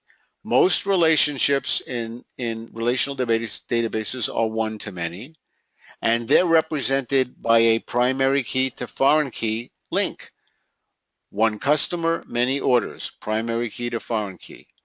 One department, many employees, primary key to foreign key. There are also many-to-many relationships. A one-to-many relationships is directly represented by primary key and foreign key in a relational model. Many-to-many relationships cannot be represented directly in a relational model. There is no way to do it. It's not supported directly. The solution is you have to create multiple one-to-many relationships. And to do that, you need an intermediate table. So let's look at this example. For our example before, remember we looked at a book, it could have many authors. Book can have multiple authors. An author can also have many books. So the true relationship is a many-to-many relationship. That's why we have crow's feet on both sides. One book can have many authors, one author can have many books. You cannot represent that with the primary key, foreign key, because it's two-way. It just doesn't work. So this is unnormalized because you're not allowed to have many-to-many relationships in a normalized database. So how do you get around it? We've got somebody who is not muted, so please mute yourself. I just heard a lot of noise in the background. Thank you. Okay, so how do you get around that? The way you get around that is you create two one-to-many relationships and you create an intermediate table. So here I have a one-to-many from my books to my book authors and a one-to-many from my authors to my book authors. And I have to create this intermediate table that really is only here because relational databases don't support many-to-many relationships. They do not have that level of support. And let's see, this is on page 20 to 22. And so it shows you that relationship. And you're going to have to actually create this. And the DBAs, when they set up your database, they do create these relationships. So they will show, here's my books, book A, book B, book C, with all the names and so on. My book authors will say, book A has 3 rows for 3 authors. That's your one-to-many relationship. Okay? But authors can have many books. So here we'll show that author Jeff wrote 4 books, and it'll have all of the book IDs for that. So this has, for a single book, all the authors, and it's got 2 columns. It's got the book ID and it has the author ID. So for a single book, there's multiple rows with multiple authors. For a single author, there's multiple rows with multiple books. And now if you want to link authors and books, you're going to do a 3-table join. For those of you that know joins already, you're going to have to join all 3 tables, not just 2 tables. We'll get into that when we do joins. Okay, so we've covered all the main requirements of a relational database. All right, we talked about how you can have one-to-one and one-to-many, but if you have many-to-many relationships, you've got to create an intermediate table. And you'll see that often when you have to do a join, you got to connect one table to another table, and there's no direct connection. There's an intermediate table, and you got to join them through that intermediate table. And we'll be getting into examples of when we do that later if you don't have any experience with this. So don't worry about it. We'll get into more details there.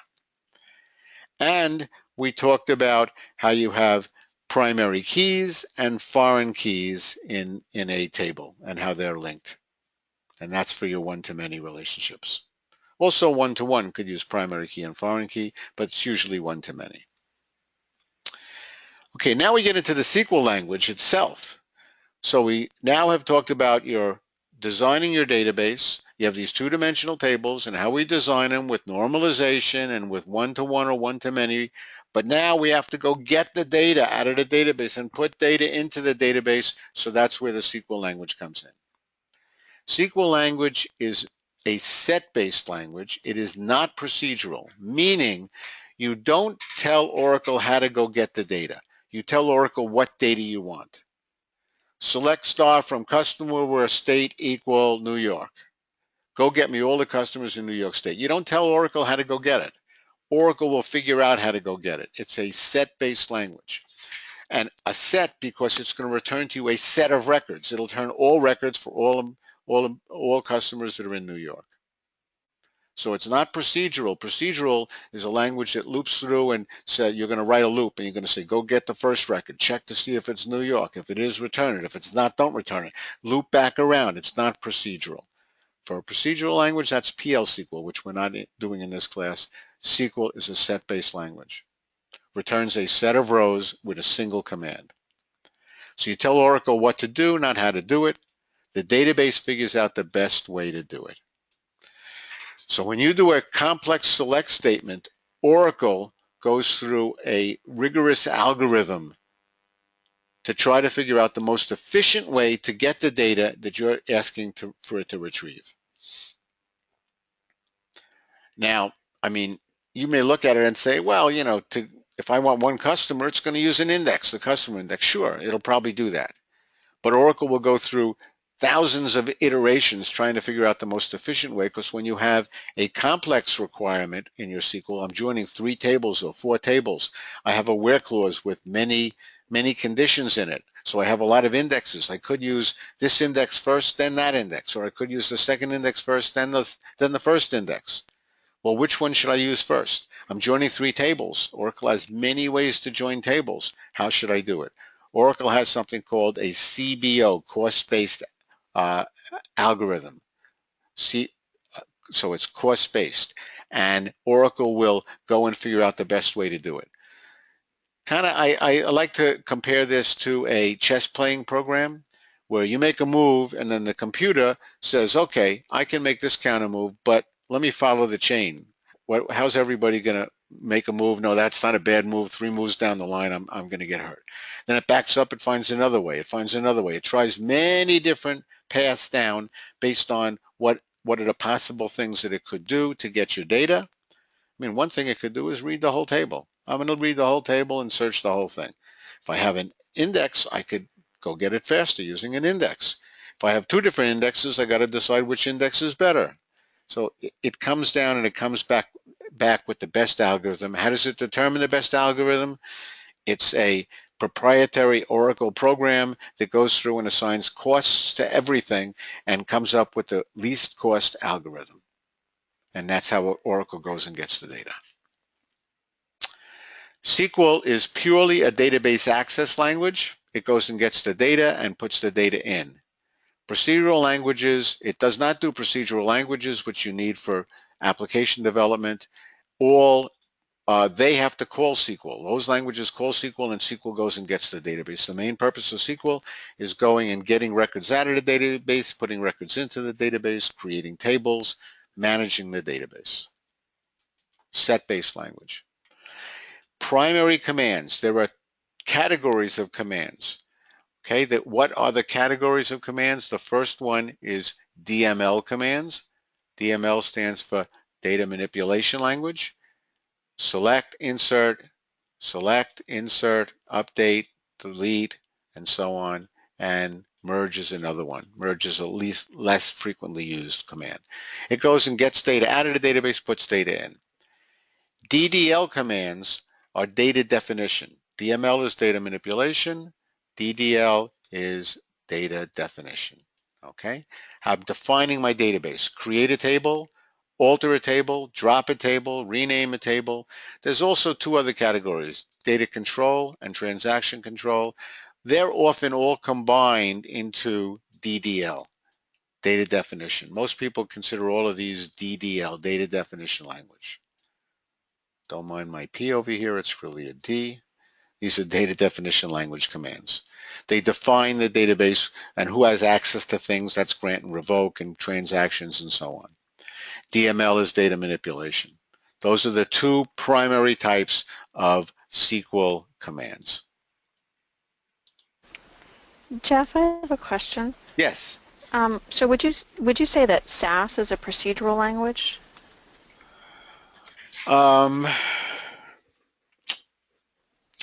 I wouldn't really say that SAS is a procedural language, no. It's been a long time since I used SAS, but with SAS, you basically go in and tell it you want to do some sort of an analysis and do a regression analysis on something or whatever, and you pass it all the data, and it goes and figures out how to do that analysis.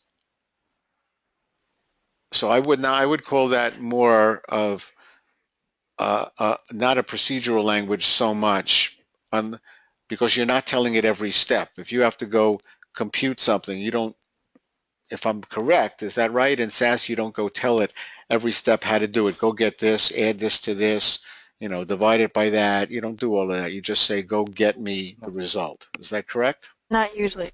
I don't think so. So maybe what it would be is it's like a set-oriented language, but it's just more complicated, because I was kind of surprised to hear that SQL only had 16 commands. So, I mean, there's like a whole lot in SAS. So it's just a more complex set language.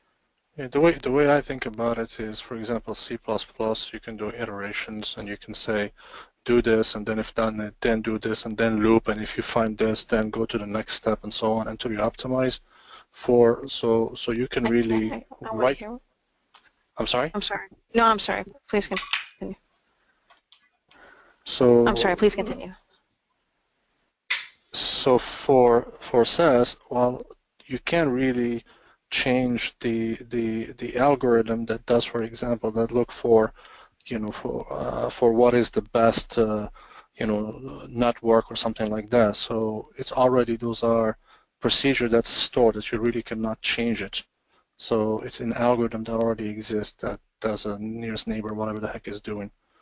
So that's, to me, that's how I think about them are different, So procedural is when you can really write all the iterations yourself and compile, through an algorithm compiler or something like that. That's how I think of it. Okay, that's helpful. Thank you. Good description. Thank you. And by the way, these are not the only, these are the primary SQL commands. There are hundreds of SQL commands. Most of them are DDL, managing the database. These are just the key ones. There are not a lot of DML commands. There are maybe a few more beyond this, but not a lot. Maybe a dozen DML commands, but hundreds of DDL commands. And we just haven't gone into all of them.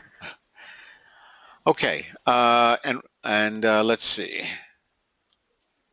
Okay, SQL Plus is your basic command level type tool. It's written in C. You're not going to be using SQL Plus, so we can skip over that. We can skip over these things. But SQL Developer is a graphical tool. It's written in Java. It requires the Java runtime environment. You can install it anywhere in any directory on your workstation. And SQL Developer, you must create a database connection, which you generally do, and we're going to create database connections to connect to our cloud database if you have, and we'll show you how to do that if you haven't already done it.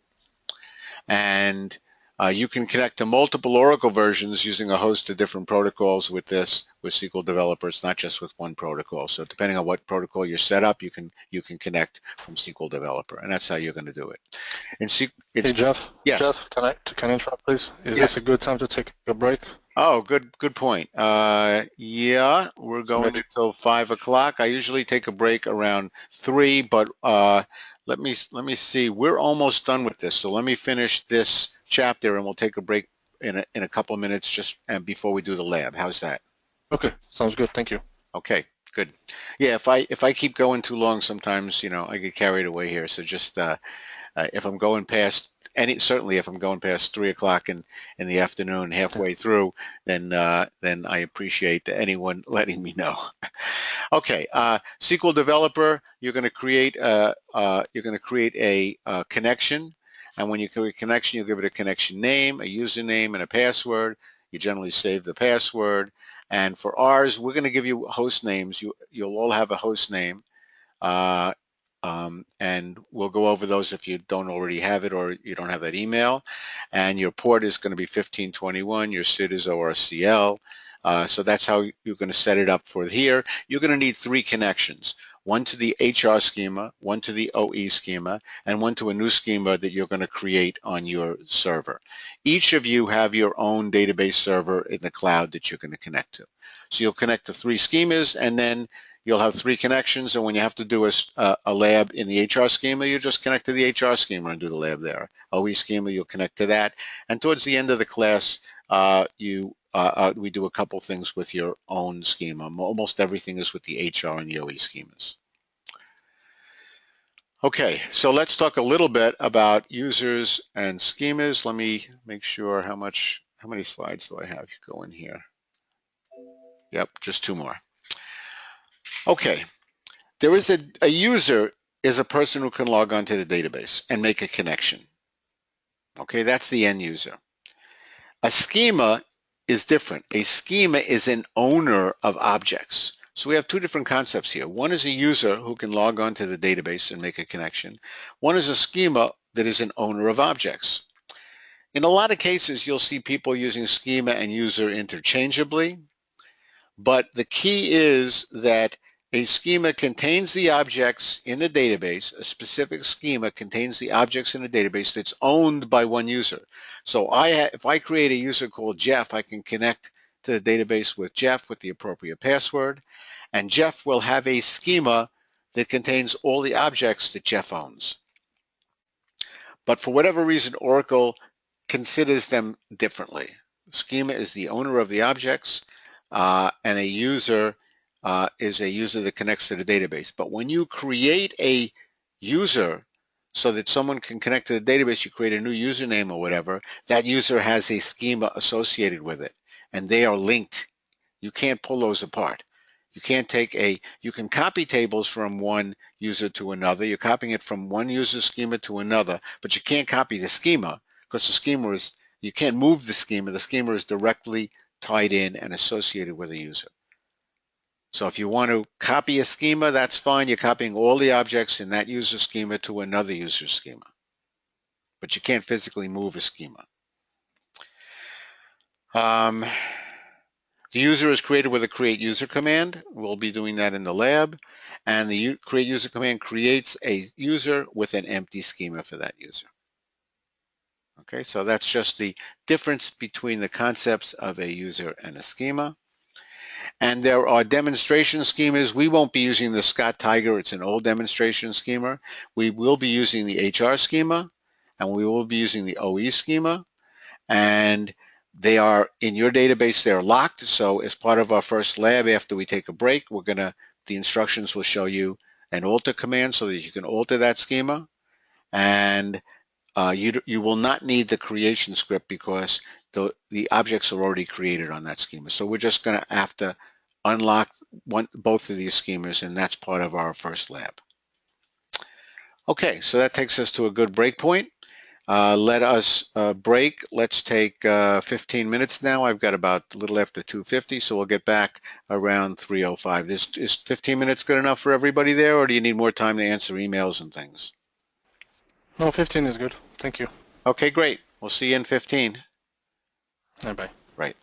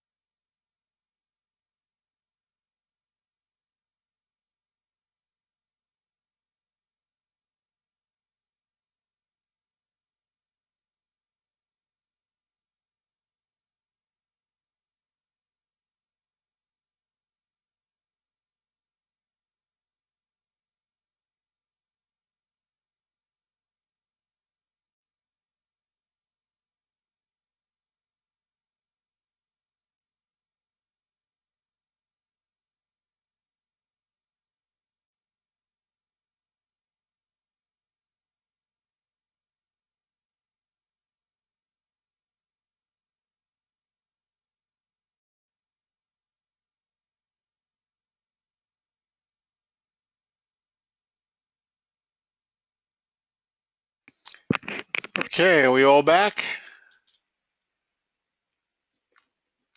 Yep. Yes, sir. Oh, yes. Okay, great. Very good. Yep. Okay, the instructions for the first chapter, for the workshop, talk a lot about SQL Plus, so we're going to go through the SQL Developer instructions instead. You all should have gotten the email from this morning showing you your connections, and it showed it was a document that looked like this, and everyone had their own. So, for instance, John, you were connecting with user ID, system, and password Oracle. Everyone has system and Oracle. Remember, everyone has their own database. And John, this, after the @ sign, up to the Amazon AWS.com, that's your server. That's your server name. This class is your instance name. So this part after the @ sign up to here, that's everyone's server name, and you'll notice they're all different. We got 225 here for John, and David has 182, and a whole different number. So you're going to take that number, and then you're going to go to SQL Developer, and you're going to create a connection. I call it Cloud System. Now you're going to need Cloud System, Cloud HR, Cloud OE, and Cloud whatever your own ID is, which we suggest just use your first name, but that's up to you. So Cloud System is going to basically be look like this. You're going to give it a name. I called it Cloud System. It's System. Oracle is the password. Everyone has the same password to start off with. The host name is the host name that was in that email, but just that part of the host name. Don't put the /class at the end. That has to go in. That's the name of the SID.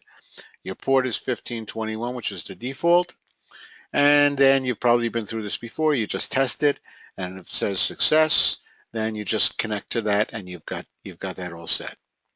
Okay. So then you connect to this. I'm connected to system, and then we're going to continue from there. So you need to set that up in SQL Developer.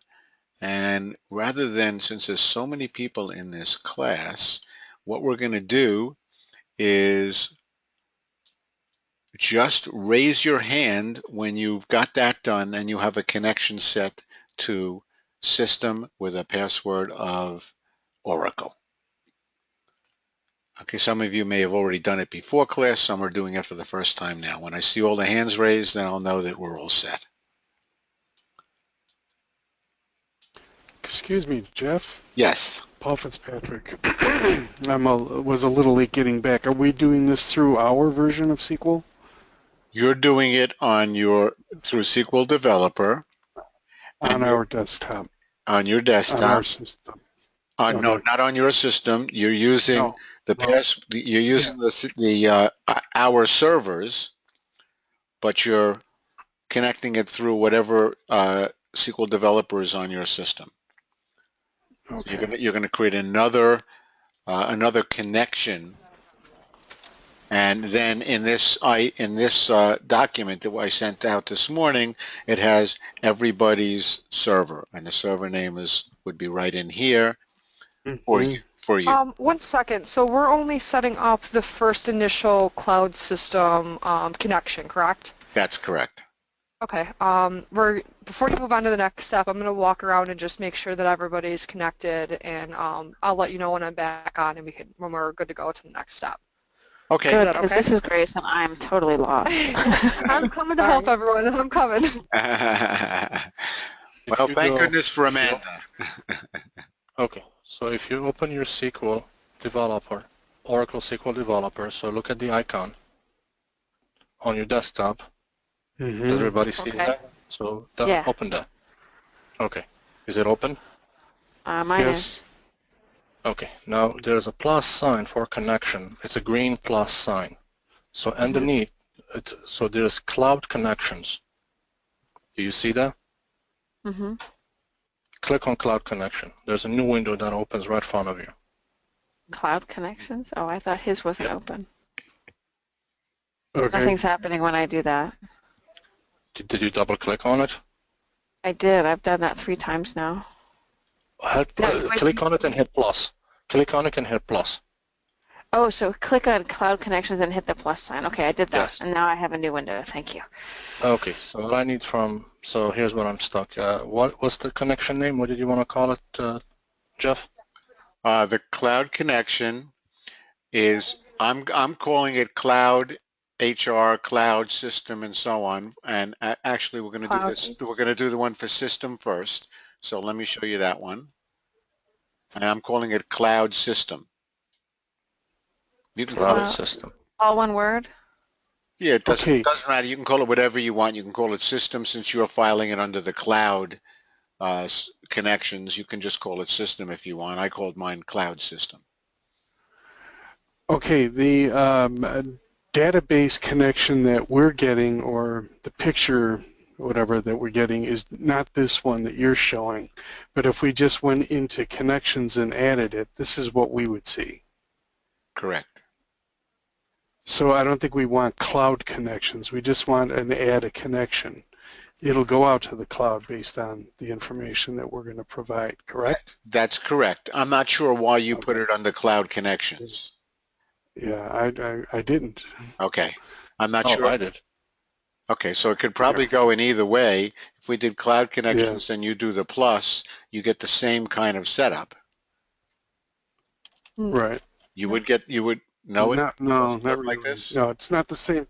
It's not the same information. Okay, yours might be tailored a little differently than Yeah. than mine is because you know the way it's set up in your company might be a little different. How is it different with the connection name, username, password? Does it have all of those? Yeah, it doesn't have anything below that. It doesn't have anything below it. Yeah, Is it the other way. So this will work. what does it have? Just access? Yeah, no, it does have Oracle. If you click on Oracle, it shows connection type, host name, port, SID, service name. Okay. Yeah, you got to Okay. connect on that Oracle tab to do that. Okay, so I mean, I happen to put it up here, so not that it makes any difference. You put it down in your cloud connections, which is just as good. But if you click on the Oracle tab, you'll have all of this. No, don't go. So if you look at my screen, my suggestion is call it Cloud System. System. The password will be Oracle. And then Click on Save Password, so you don't have to put it in all the time. The host name is different for every one of you, and you have to look at what your host name is in that email. And if anyone doesn't have that email, I can go look up that. I can put it on the screen right now. So anyone that doesn't have that email with your host name in it, let me know, and I'll give it to you. What did you say for the password to be? Just enter any password I want? No, Oracle. This has to be the actual password for the system, and we set it up with a password of Oracle to start off with. Okay. Port is 1521. The SID, you got not service name, we want SID of class. Yeah. Leave off these 3 check boxes, don't have many of them checked, and then just do test to make sure you get a success down here. And if you do, Oracle is the password, right? System is the username, Oracle is the password.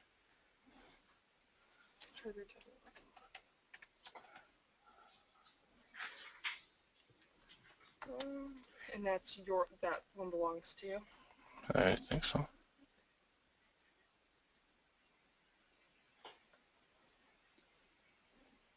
Now remember, you're not copying my host name, you're using your own host name.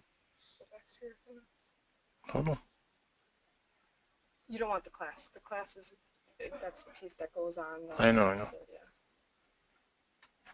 I didn't have it there.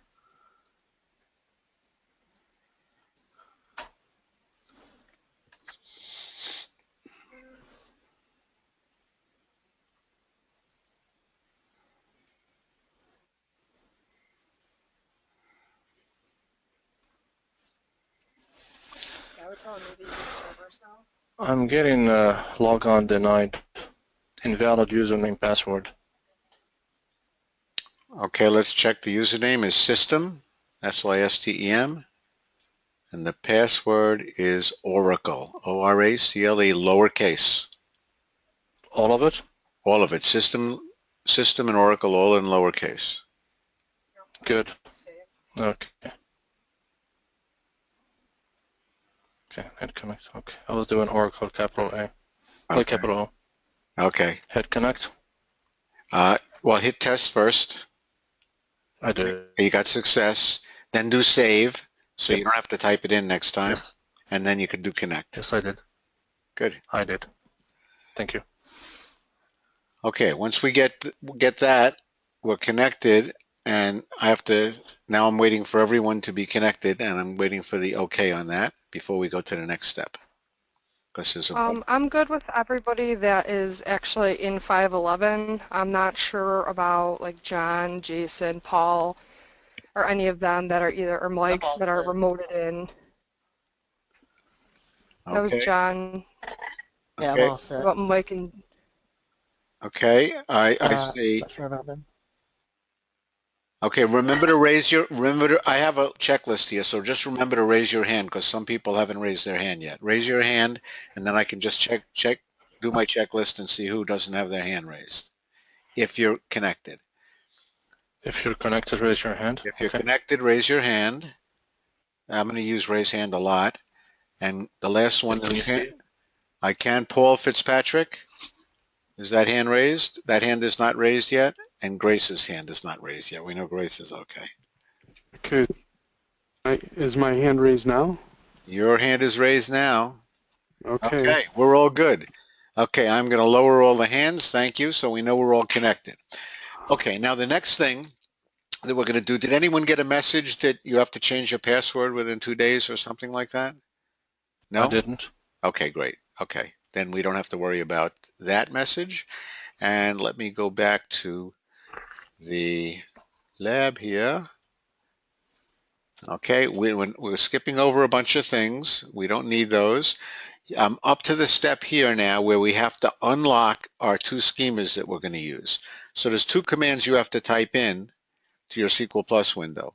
Alt user HR account unlock identified by HR semicolon, and run that command, and it should say that the account was unlocked. And alt user OE account unlock identified by OE.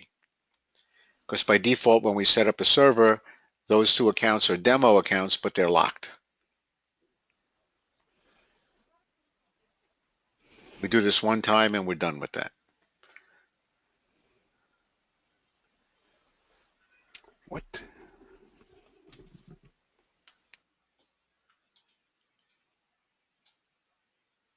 So how do you do that? You copy that, you paste it into a window, and then you just run it. Oh. Okay. Could you show it to us again, please? Just the text. Yep. I will show you the text. Oops. The Alt user HR account unlock identified by HR. Identified by is the password. And then alt user OE account unlock identified by OE. So those are the two commands you're going to run one time.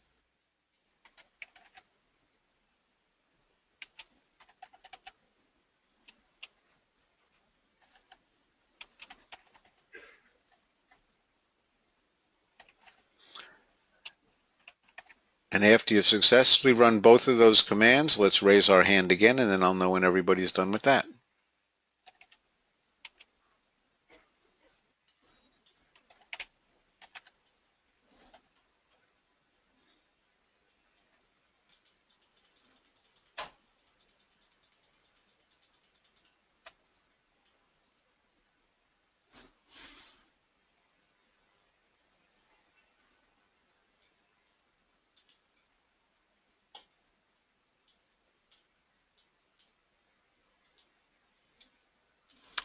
So when you enter the command, you hit the green button on the top, right, to run? Yes. Play? Yes. The run. Yeah, it's a green button on top, which should say run statement. Yep, run statement. Right. Or Or control. Control Enter, right? Or Control Enter or F9. On the run command, the run F9. F9 also runs it. Cool. Make sure when you're doing F9 or you're running it, it's on the left side. A lot of times, sometimes it doesn't work if you're on the right side of the semicolon, if you have multiple strings going on, if you're trying to, like, say, do the one above it. Yeah, it's a little confusing how you do it. Another way to do it, to be sure you're right, is just highlight the whole statement and do an F9. But you're right. If you put your cursor on the left side and do an F9, then it just runs that one command. Good point. So I'll go back here. You're going to have to run 2 commands. And these are SQL commands. Remember we talked about DML, DDL, data manipulation, data definition. This is a data definition command, which you're not going to use often. You're usually doing selects. But this is what allows you to unlock a locked user and provide the username and password. So raise your hands when you're done. Jeff, Yes? Jeff, I have a question. So I guess I don't quite understand what it is that we're doing. By doing the alter statements, we're unlocking access to the HR and OE schemas. Is that what we're doing? That's exactly it. When a schema is set up on a database, we've created databases for every one of you. When a schema is set up, those are demo schemas, which by default Oracle locks. Oh, I see. Okay. So we just have to So unlock. we didn't have to do this when I started working here, but they probably took care of it for me. Yeah, Grace, on a daily basis, we don't deal with this. The DBAs would do this for us. Like when we put an electronic service request in accessing, say, like the warehouse or any portion that you're looking at, that's what the electronic service request. They actually run through this process on their end, and then we just let us know when we have access to it, and then we can kind of do our regular data stuff. Okay, thanks. Mm-hmm. Okay, I have David, Michael, Paul, and Paul. If you're done, please raise your hand. Those are the 4 people that are left. I'm getting error messages. Did you do it all in lowercase? I can go. Yes. I'll go look. Okay.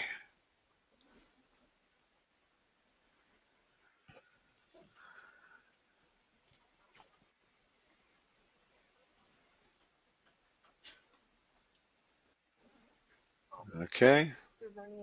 We got everybody. No, it's in cloud. Okay, I wasn't. Okay. If you have that document open, you can copy and paste. Yes, it wasn't letting me do that.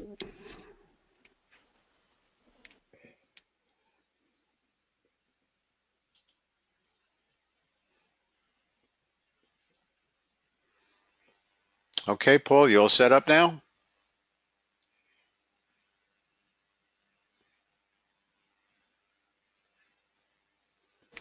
He said no, but I think he muted his headset. Uh-huh. I said no.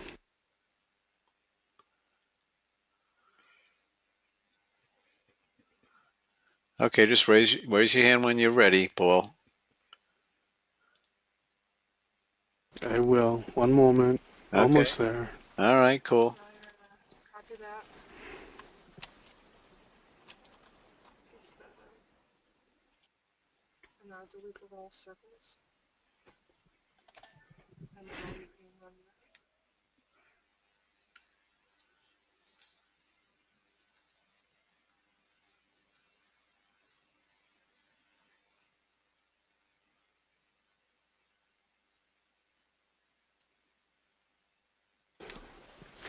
I'm all set now. Seriously. Seriously. Okay, I'm lowering everyone's hand. Very good. Okay, now all you need to do is go back into your SQL Plus, everyone. And just the way you did a cloud system, you're going to create a cloud HR and a cloud OE.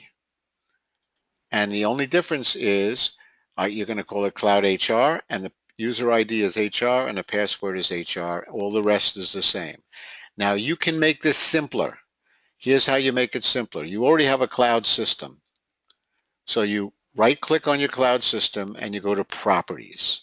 So you already have a cloud system. Right-click on cloud system, go to Properties.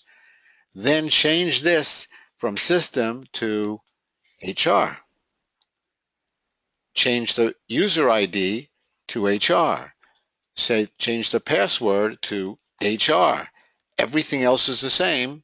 Do a test, then do a save, and you're set. So you're going to start with cloud system. I'll repeat that again. You already have a cloud system. You right click on it and you go to properties. It's the easy way to change it. And just change the name to Cloud HR. Change the username to HR, the password to HR, leave everything else the same, do your connect, do your test, do your save, and then you can connect to it. Then repeat that for OE. OE has a user ID of OE and a password of OE. And save that as Cloud OE. So you should have 3 different connections when you're done: Cloud System, Cloud HR, and Cloud OE. And because you've unlocked those accounts, you will now be able to connect to them.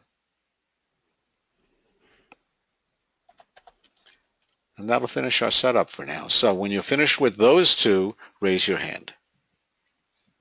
Thank you.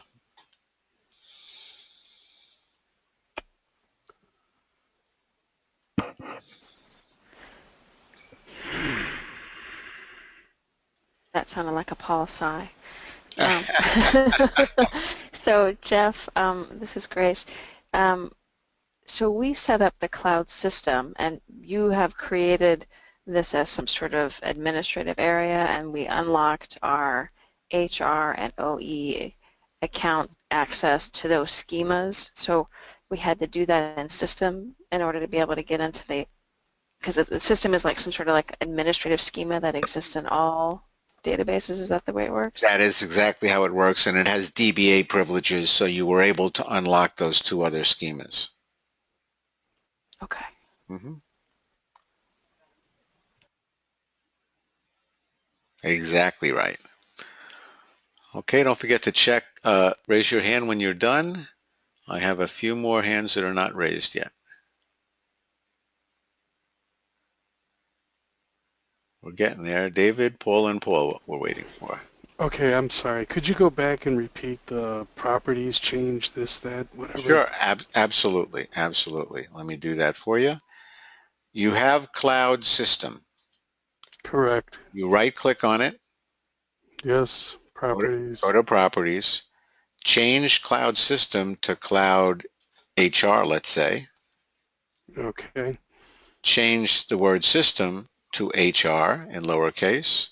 Change the password to HR in lowercase. Everything else stays the same. Click Test. Make sure it says Success. Then click Save. Right. And then go back and do it with, or can I just do it from here? You can do it from there. OE.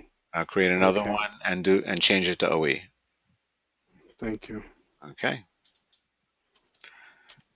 Yeah, it takes a little while to get everybody together because some people have a lot of experience with SQL Developer and creating connections. Other people have very little experience, so we're just going through it one at a time.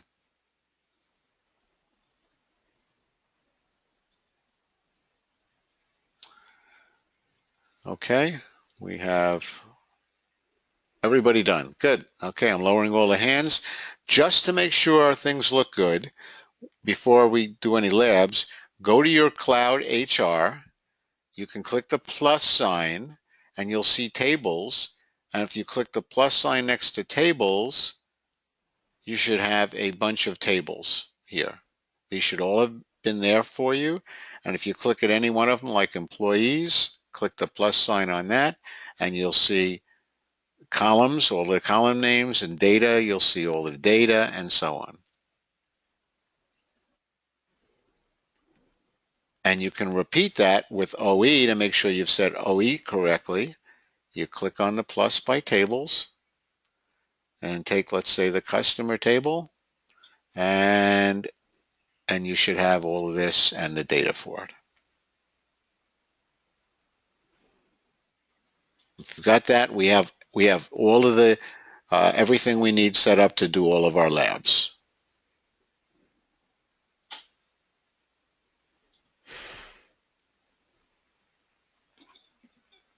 Okay. All right, so let me go back to this particular lab. We've done pretty much all the things we need. This showed us how to do it generically. We've already done that. So the last thing it says, do the self-test and the lab at the end of the chapter. So at the end of the chapter, chapter 1, I'm going to go to chapter 1 here. On page 46 is a self-test. And it just answer the questions. You know, it's just multiple choice. You can circle the ones. The answers are in the back of this chapter, so you can go through these, make sure you understand the basics of these, of all of this stuff. And then there's a lab question, and it says the OE schema includes these tables, and it tells you how they're linked, and it asks you to sketch out an entity relationship diagram to try to draw a diagram that shows how the customer table is related to the inventory table. Is it one-to-one? Is it one-to-many? That kind of thing. And they give you a description here, and then you have to translate it into that diagram, similar to the diagram we saw on page 22 of this chapter. Okay, so page 22, we saw a diagram in here like this, similar to this kind of thing. So that's the idea, and there are answers to both the self-test and to the lab at the end of the chapter if you have any questions. So let's take a few minutes, go through that. If you have any questions where you don't understand the answers or whatever, just give me a yell and we can go over them. And when you're done with that, raise your hand. Self-test start from page 46, right? Page 46. Let me check. Thank you. I believe that is correct. Correct, page 46. Self-test is on page 46, and right after that is the lab question, which is on page 48.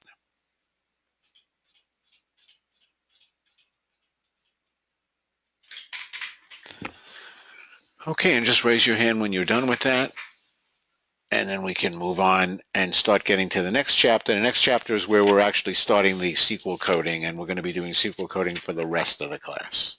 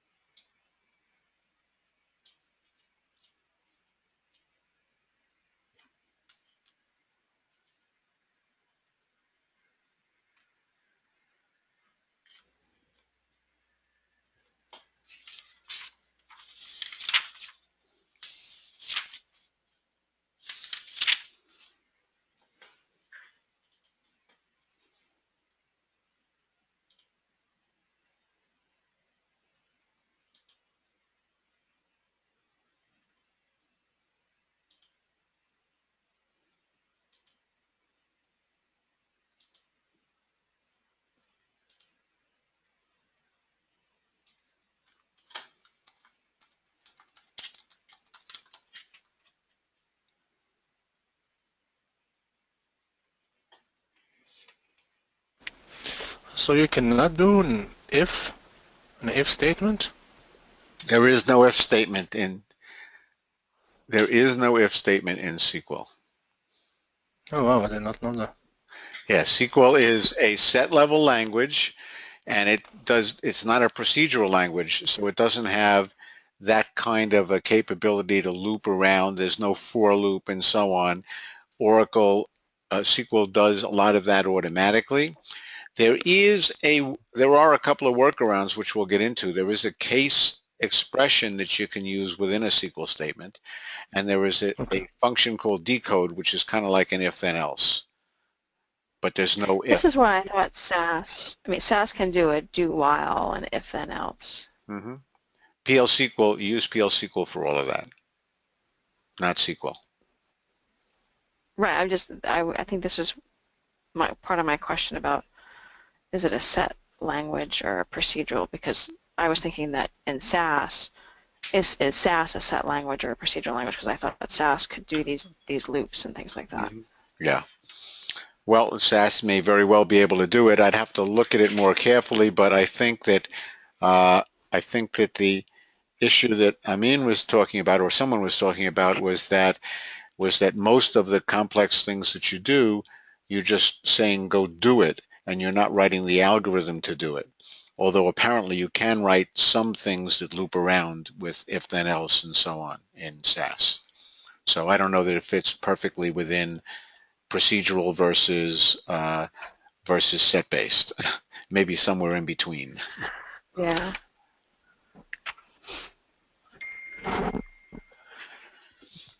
Okay, I see a few hands starting to go up. So remember, when you're done with the self-test questions and drawing the diagram, or taking your best stab at drawing the diagram, the answers are at the back. You can take a look at it. And by the way, when we do labs, I'm always going to go over at the end all the labs. So if you're not done when I say, hey, okay, let's move on, don't worry about it. I'll go over all the labs, and I will be sending you all of the solutions to all the labs at the end of the class anyway.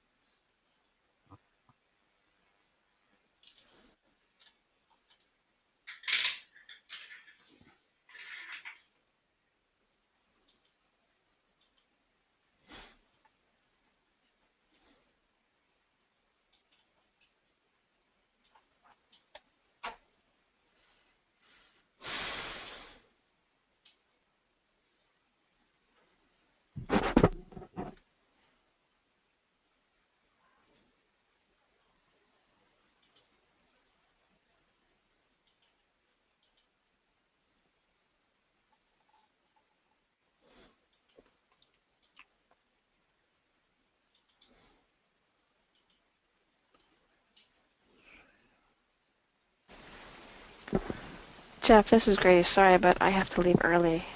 Just wanted to let you know. You are not allowed to leave early today, Grace. I'm sorry. We just can't do that. Okay, everything is being taped, so you'll be able to pick up the rest. You're going to be leaving now? Yeah, I gotta go home. Okay, we'll just so you know, we'll be doing, we'll probably finish or be close to finishing the next chapter today. So if you get a chance and you want to look through it, you'll know how much we're going to be doing. Yeah, I'm hoping I can use your slides tomorrow and review what you went through, and so I can be caught up on Wednesday. Okay, sounds good. Thanks very much. Have a good day. Okay, you too. Bye-bye. Bye.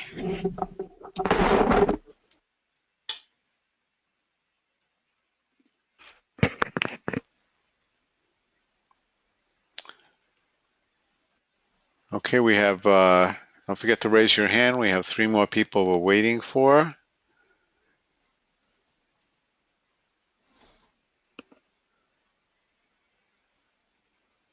Okay, great. Thank you.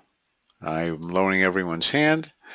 And let's just go over those that lab, the solutions or the lab questions here. Let me show you. You should see the self-test now. What components of the IT environment can an Oracle Enterprise Manager grid control manage? And if you'll recall, the grid control was the more sophisticated one. It actually manages everything. All of the above. It manages Oracle databases, application servers, third-party products, the whole works. So all of the above. What languages run within the database? There were only 3, SQL, PL/SQL, and Java. Now you can run C and call SQL, no problem, but you have to use something called the OCI libraries. So C is C or other third generation languages, Pascal and other things like that. You have to go and use this external thing, and it doesn't run within the database. PL/SQL definitely runs within the database, and Java can also run within the database. Next one is understand relational structures. The data is modeled into a relational database, and what do we typically use? We use the third normal form. Okay, those 3 rules that we gave you, no duplicates, no duplicate fields, and so on. All those 3 rules. We do not use the first normal form. We don't use the 5th. We certainly don't use the abnormal or paranormal forms. I don't know where they get these answers from. All right, entity relationship diagram shows data modeled into. Everything in relational databases are 2-dimensional tables. So the ER diagram shows your model as 2-dimensional tables. Number 5, SQL is a set-oriented language. Which of these features is a consequence of it being set-oriented? So more feature, and what's the best answer? So individual rows may have a unique identifier. That's not actually required. Usually it's there, but we talked about that. Some of your tables don't have unique identifiers, meaning primary keys. Sets can be managed in groups. That's true, but it's not a consequence of the fact that it's a set-oriented language, and it's not the best answer. C is SQL statements can be placed within blocks of code in other languages, such as Java and PL/SQL. That's also true, but it's not a consequence of it being a set language. One statement can affect multiple rows. That's a consequence of it being a set-oriented language. Which of these constructs is not part of the SQL language? You cannot do while in SQL. You can't do for next. You can't do if then else. The only 2 here you can do are commit and rollback. Those are data control languages, which are usually called DML, but sometimes they're called transaction control language. You would need PL/SQL to do while, for next, if then else.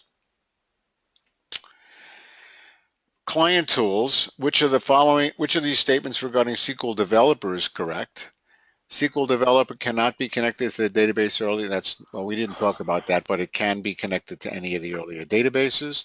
Can be installed outside the SQL Oracle home. Remember, SQL Developer can be installed anywhere you want on your workstation. It's irrelevant. It can store passwords, so that's also true. So B and C are true. And SQL Developer does not rely on one technique for name resolution. It can handle multiple techniques. Which of the following are requirements for SQL Developer? We mentioned that it does need a Java runtime. It's written in Java. And the only other requirement, since it's a graphical environment, it needs to have a graphical terminal if in Unix or Linux or something like that. Doesn't need the SQL Plus libraries. SQL Plus needs those, but not SQL Developer.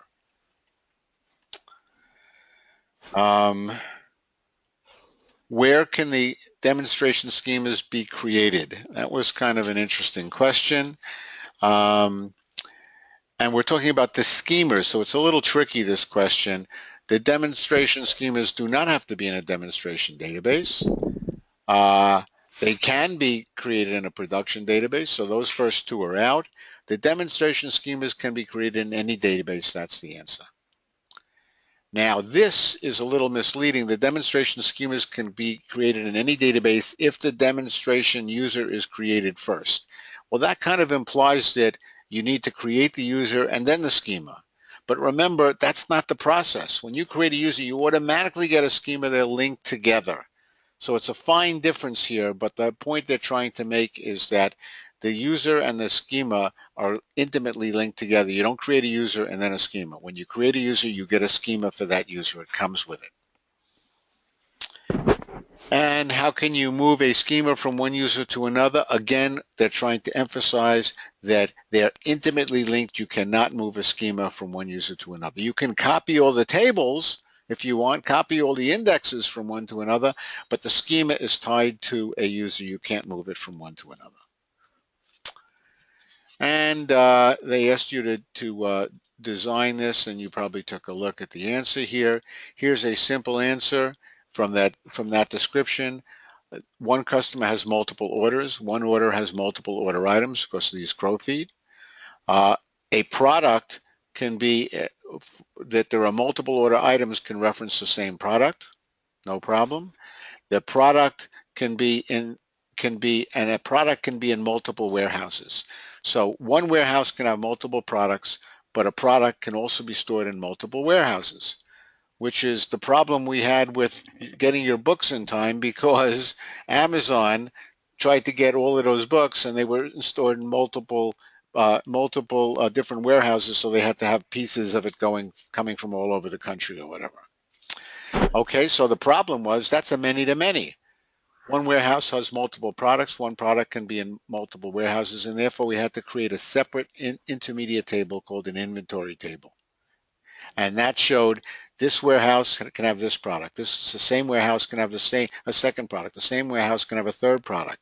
But it also showed that this product can be in this warehouse. This product can be in that warehouse. The product can be in multiple warehouses. We needed an intermediate table because you cannot represent a many-to-many in a normalized solution in relational databases. You have to have only one-to-one and one-to-many. And product information, there can be multiple product descriptions for product information. They allow that also. Now, as we go through the labs, you're going to be doing a lot of labs in the OE schema and a lot of labs in the HR schema. So you need to understand the schemas a little bit. And I just wanted to show you that in our, let's see, where is that? Remember I had you set up a SQL FUND SQL Fundamentals directory, and there were a few things in there. One of them in your SQL FUND directory, which is supposed to be on your C drive, is an HR and OE schema descriptions document. So as you're going through the labs, if you're confused about how do I connect one table to another when you're doing joins and other things as you get through the labs, you can look at that document, and that's not what I wanted. It's this document. And this document is, I just pulled it right from the Oracle documentation. It shows the schemas for the HR and OE, and it shows an entity relationship diagram and how they're each tied one to the other. Here's your HR schema, here's your OE, and down below are detailed descriptions of every column and how they work and what the primary keys are and what the foreign keys and how you link them together. Here's the jobs table that tells the primary key column, his job ID, and so on. It shows the relationships with the foreign keys and so on. So my point here is that if you need any help figuring out which tables to use or how to join the tables or which columns are in which tables, you can always look at this document. Okay, so that's for later on. Okay, that finishes up chapter 1, which is going to bring us to chapter 2. Okay, anyone have any questions on anything we've done so far before we move on? Okay, good. We get an hour to get through this as far as we can get. This chapter is data retrieval using the select statement. We're going to talk about all the basic capabilities of a select statement and how you execute commands and how you do all the basic select statement stuff. That's the purpose of chapter 2. Chapter 3 is then going to expand on the basics and show us how we do a where clause and how we do an order by clause. So that'll come in that chapter. Chapter 4 will expand on that, on how you do functions like upper and lower and tochar and all those functions within a SQL statement. But chapter 2 starts with the basic select statement. So that's where we're going here. Okay, we're going to cover a number. These are the key topics we'll cover in this chapter. We'll cover a number of them. So it's not just it's the basics, but it also has some concepts that you need to know and some things that you might not otherwise have seen before. It's going to talk about concepts, the dual table, a special table called the dual table. It's going to talk about what is case sensitive and what is case insensitive, such as like in a password before. Remember when we put in passwords, they had to be in lowercase for the HR and the OE, and a couple people put them in uppercase. So that's case sensitive. Well, there's a lot of things that are case sensitive. There are a lot of things that are not case sensitive. They're insensitive. Which is which? We'll talk about the 3 main concepts in a select statement, a concept called projection, selection, and joins. And we won't be doing the joins and we won't be doing the selection in this chapter. We'll do them in future chapters. In this chapter, we'll do projection. We'll talk about the select statement, when we use asterisk, how it works, when we use distinct, when we use column aliases, literals, how we use literals. We've got someone who's not muted, so if you could please mute yourself, it would be appreciated. Thank you. We have quotes and literals. Sometimes you have a literal, and literals we're going to see are in single quotes, but what happens if you have a single quote in a literal? How do you represent that? And a whole bunch of other things. I still have a couple of people. I have Paul Fitzpatrick and Tammy that are not muted, and Amanda and Amin, although it shows as not muted with me, and Danielle, it shows as not muted with me, but you may have them muted. Mine was muted. Okay. I'm getting a lot of noise. If I get more noise, I'm just going to mute the people. Yeah, I'm getting noise. There we go. That cleared it up. I muted one person. I will not tell who that person was. We'll keep that a secret. Okay. Quote, literals and quotes, how to do that, and many other things in the basic select statement. Then we'll also talk about data types. What are the data types of the columns? Are they character? Are they char or varchar2? What's the difference? Are they number? What's the difference between a number and a number 7,2 and a number 8,3? What are the difference?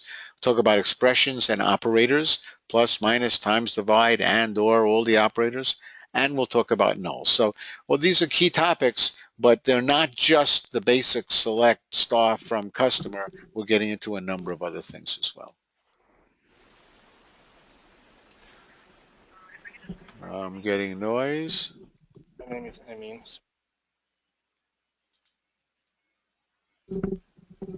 Okay. Okay, I found the culprit there too. We're good now. Okay, if someone tries to talk to me and I can't hear you, it's because I muted you. I'm not sure if you could unmute yourself if I muted you. I don't think you can. So if that's the case, you got to text me, not text me. You got to send me a chat message or something and let me know. Now that's power. Say that. Oh, that's power. Yes, that's really power. I don't think that there are other kinds of power I would prefer to have, but it's nice having that power. Okay.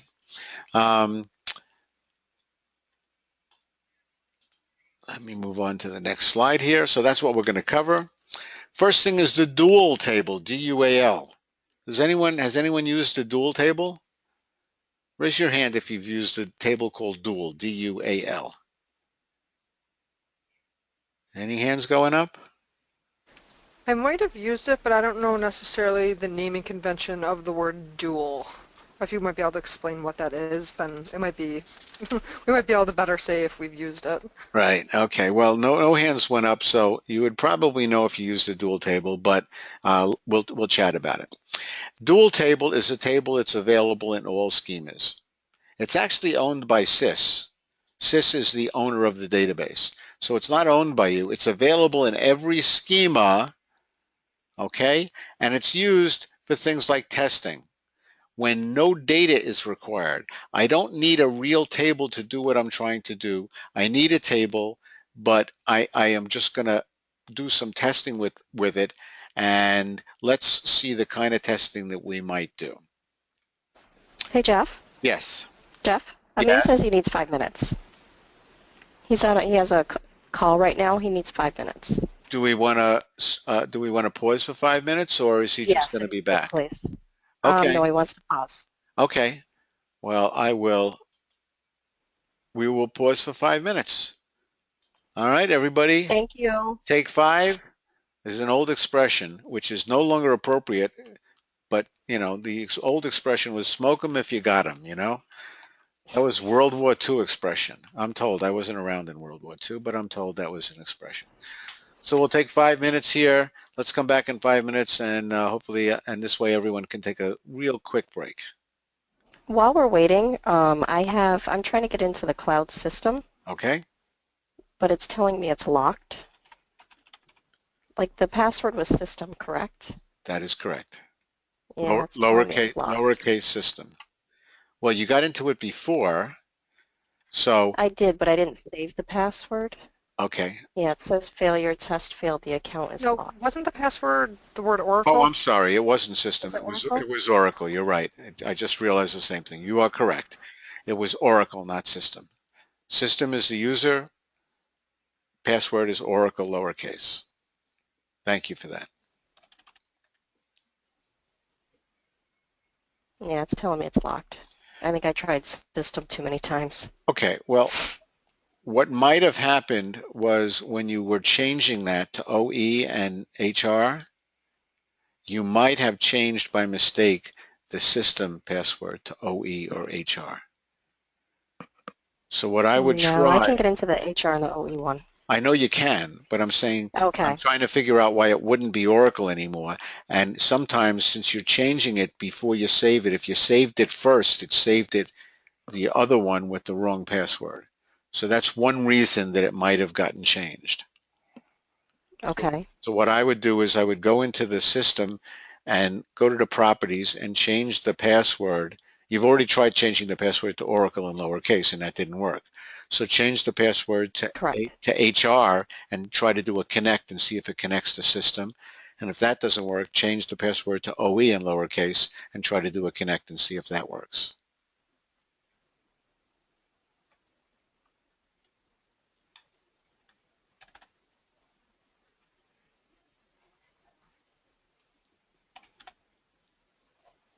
No. Neither of them works? No. Okay. Let me make you the presenter.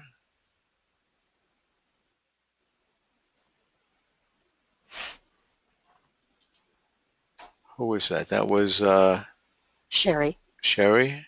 Sherry? Yes. Okay, got to pronounce it right. I made you the presenter, and you will get a request if it's okay. Now I got to stop the timer here. Otherwise, okay, I can see your cloud system. Let's save the password. Let's change this to Oracle Basic. That looks good. Let's test. Test failed. Oh, the account is locked. Okay. Huh. Okay, well, now you're right. It's changed. You tried it too many times, so it locked your account out. Correct. Okay, you can still get into your other ones. Yes, I can. But this one is locked.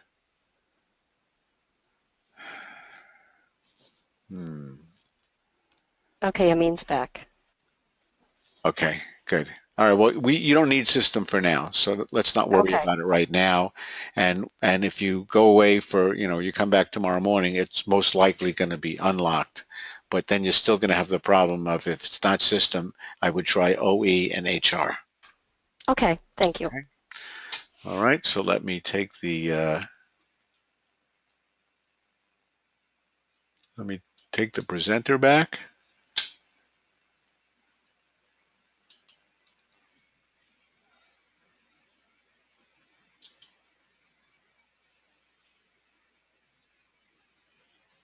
Okay.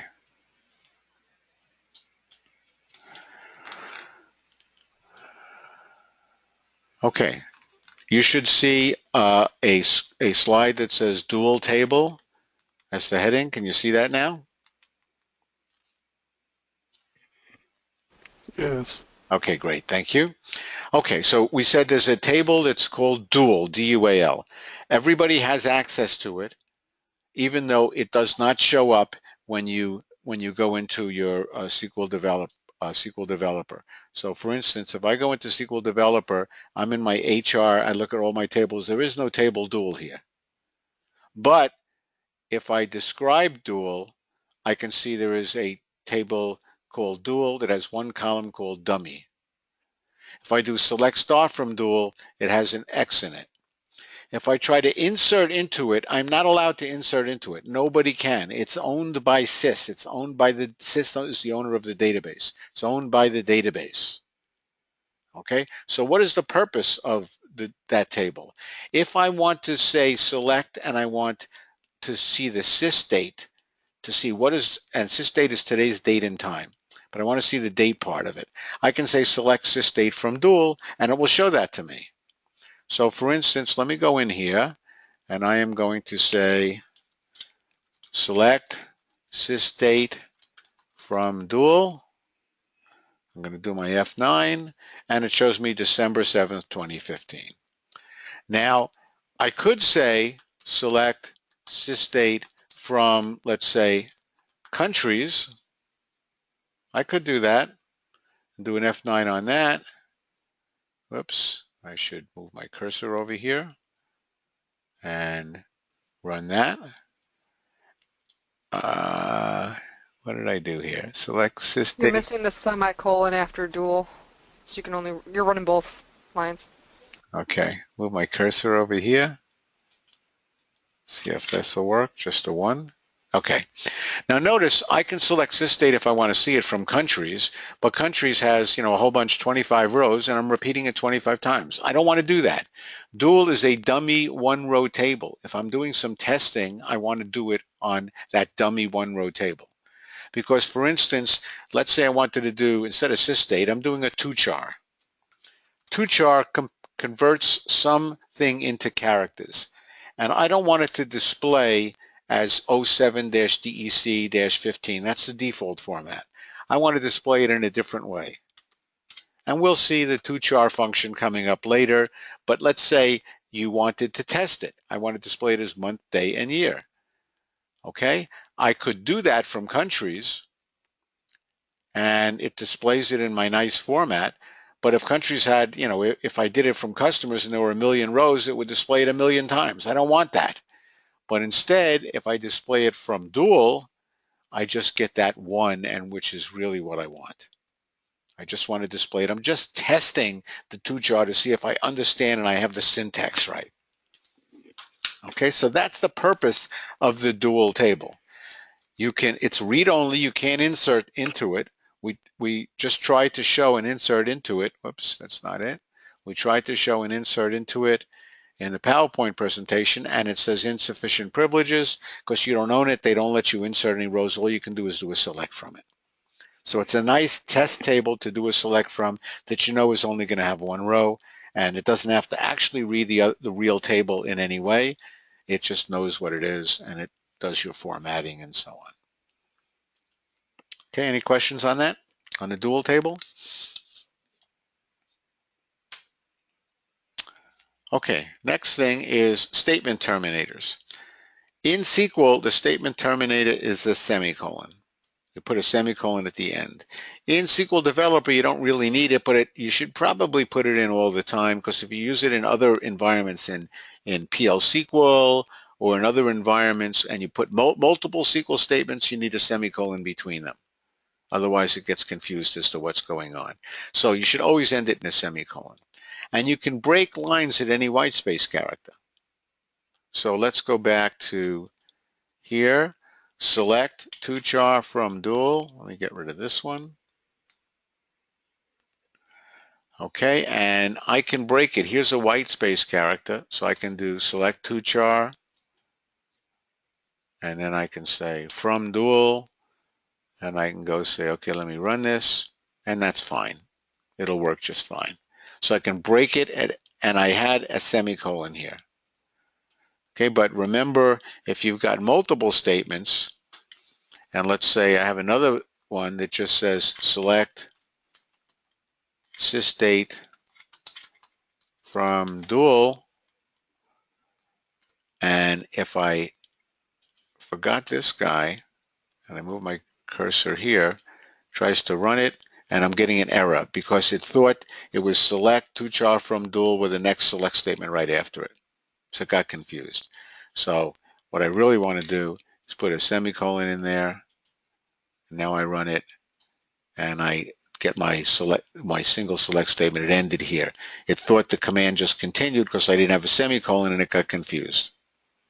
All right, so you're better off always ending in a semicolon, and you can break it. If it's a long line, you don't want one huge line, especially when you have from and group by and a where clause and an order by and a having clause. You want to put them on separate lines so it's readable code. Break it at any whitespace character. Okay, questions on that? Okay, here's my select star from dual. Put it on 2 lines. Select star from dual. Put it on multiple lines. Put it on a single line. All works. Case sensitivity and insensitivity. This is the reference here is pages 64 to 65, where it discusses it in detail. Commands are case insensitive. What's a command? Select. The keyword select. The keyword from. Okay, those are all parts of a command. Insert into a table. That's part of a command. It's case insensitive. Keyword select in uppercase, lowercase, mixed case, I don't care. Character strings are put in single quotes. When you have a character string in single quotes, that is case sensitive. If you say select star from customer where name equal quote ABC in uppercase, but the name is actually capital A little bc, it won't find it. It's case sensitive. Anything in single quotes is case sensitive. Table names, column names are always converted to uppercase. So in a way, they're case insensitive in that I can say select last name, comma, first name from customer. Last name can be in lowercase or uppercase when I type it, because Oracle is going to convert it to uppercase and check it in the database, and all the names of the columns and tables and indexes and so on are all converted to uppercase automatically. So you don't really have to worry about the case when you type it in, because Oracle's going to convert it to uppercase. So in that way, you can think of it as case insensitive. However, it really is case sensitive, okay? Because if you actually tried to select from a table called customer that was in lowercase, you wouldn't find it.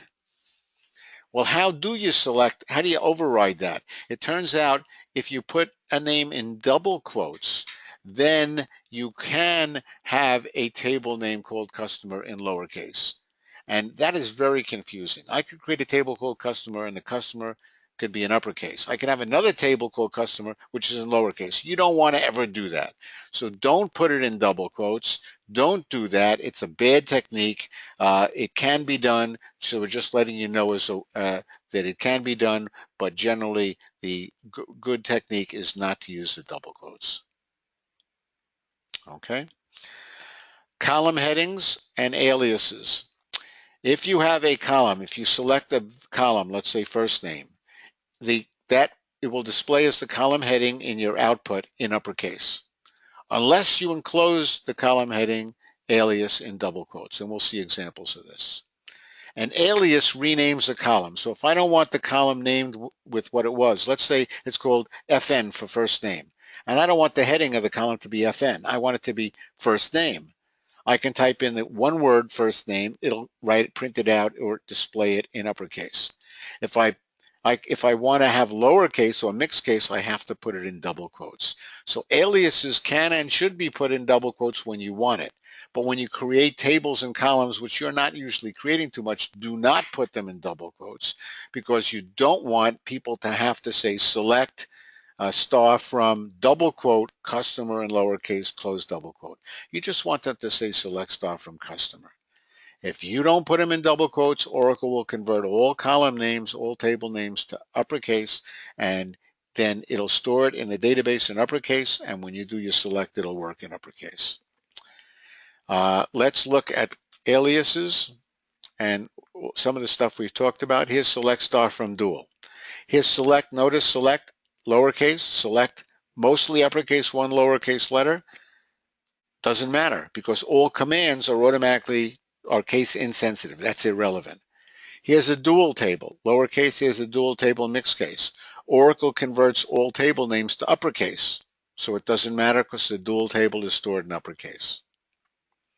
Select star from dual where dummy equal X. We didn't talk about the where clause yet, but you pretty much can figure out what it means. The column called dummy has to be an X in single quotes. It's a character. All character strings are in single quotes, not double. Single quotes. And they're case sensitive in single quotes.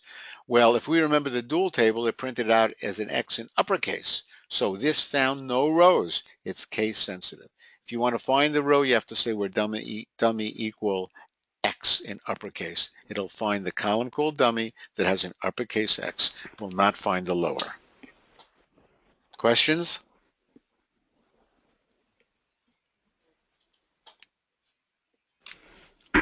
Jeff, you're cutting out again. I'm cutting out again. Well, I'm now on I'm now on voice over IP. So I could everybody notice I'm cutting in and out like I was before? Anybody else noticing this? Started. Now we can't hear you at all. Not as bad, but the last, yeah. Not as bad as the last time. Okay, well, I'll try for a couple minutes more, and if it doesn't have the tinginess like it. Okay.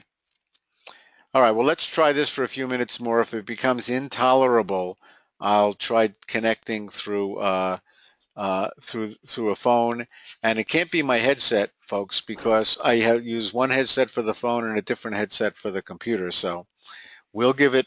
Let's try a couple minutes more, and if it's still a problem, I'll try to go back to the phone. Okay,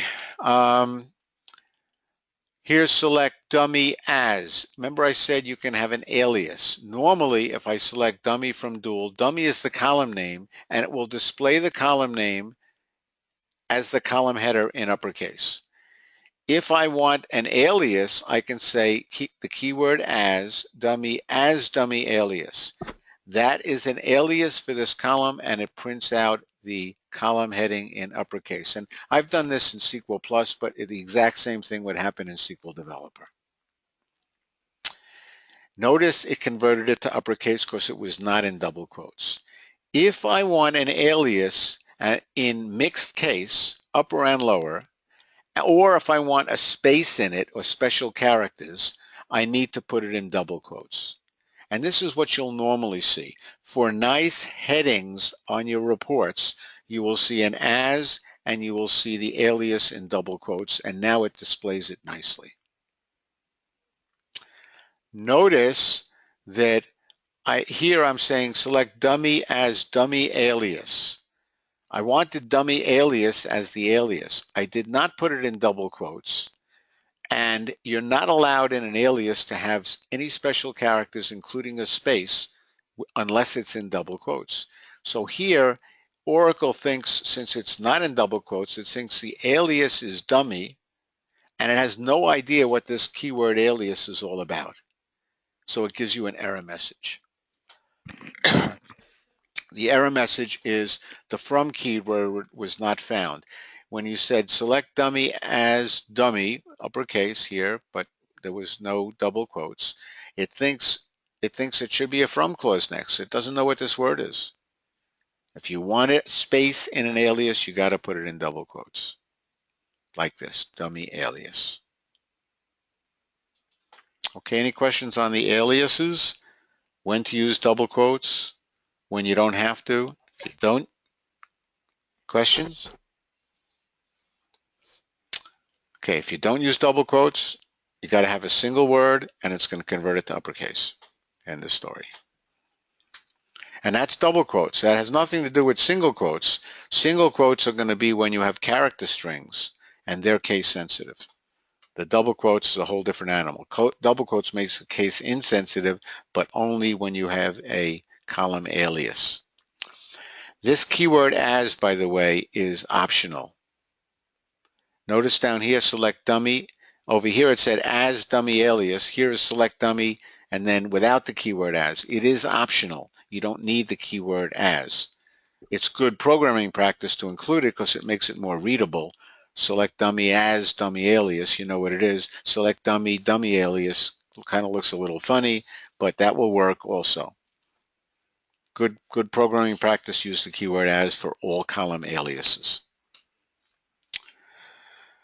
Okay, case insensitivity and statement terminators. So let's look at SQL Plus. We just talked about SQL. SQL Plus, a little different. You guys aren't using SQL Plus, but there are some cases where you will use some SQL Plus commands within SQL Developer. And someone had asked, can I do prompting and things in SQL Developer? Well, the prompting is not done with SQL. The prompting is done with SQL Plus commands, and you can use some of those prompting commands in SQL Developer. So even though you're not using SQL Plus, it's good to know what some of those rules are because you're going to have to follow the rules. The SQL Plus commands, similar to the SQL commands, are case insensitive. There's a special rule for SQL Plus commands, like the describe. Describe describes the table, but any SQL Plus command can be abbreviated with 4 letters. Not true in SQL commands. You can't say select SELE, will not work. But if it's a SQL Plus command, then you can abbreviate it. The end of line terminator in SQL Plus is a line break or a carriage return, not a semicolon. Okay, not a semicolon. But the semicolon can be used at the end of SQL Plus. It doesn't hurt. So if in the beginning when you're starting to work, you might not know, is this a SQL command or a SQL Plus command? Oh, if you always put a terminator, a semicolon at the end, it's always going to work. It's always going to work. If you don't put it, it will still work, if you got a full command on there in SQL Plus. But it doesn't hurt to put it in there. And SQL Plus, if you want multiple lines, what you do is you type part of the line, and then you need a space and a dash to continue the line. So SQL Plus, if you have a long SQL Plus command, you have to have a space and a dash and you can continue it. A SQL command, if at any white space character, remember you can go to the next line, there's no such thing as a dash. So SQL Plus commands will need the dash, SQL commands don't, to continue it on the next line. And the only reason you really are going to get SQL Plus commands is that some of them are useful for prompting and so on. So let's look at some examples. Describe is the SQL Plus command. If I type describe dual, it'll show me a description. It'll tell me that all the columns, there's only one column name, and the data type. I can do describe in upper or lowercase, because it's SQL Plus command, it's case insensitive, the command. I can abbreviate it, the ESC. I can have a semicolon at the end, doesn't hurt. If I only do part of the command, it'll tell me what the syntax for the command is. I should have done more, it gives me the syntax. If I want to go to 2 lines, I have to have DESC or describe, a space and a dash, and then the rest on the second line. Describe dual, DESC dual is the same as this, only this is 1 line, this is 2 lines with a dash.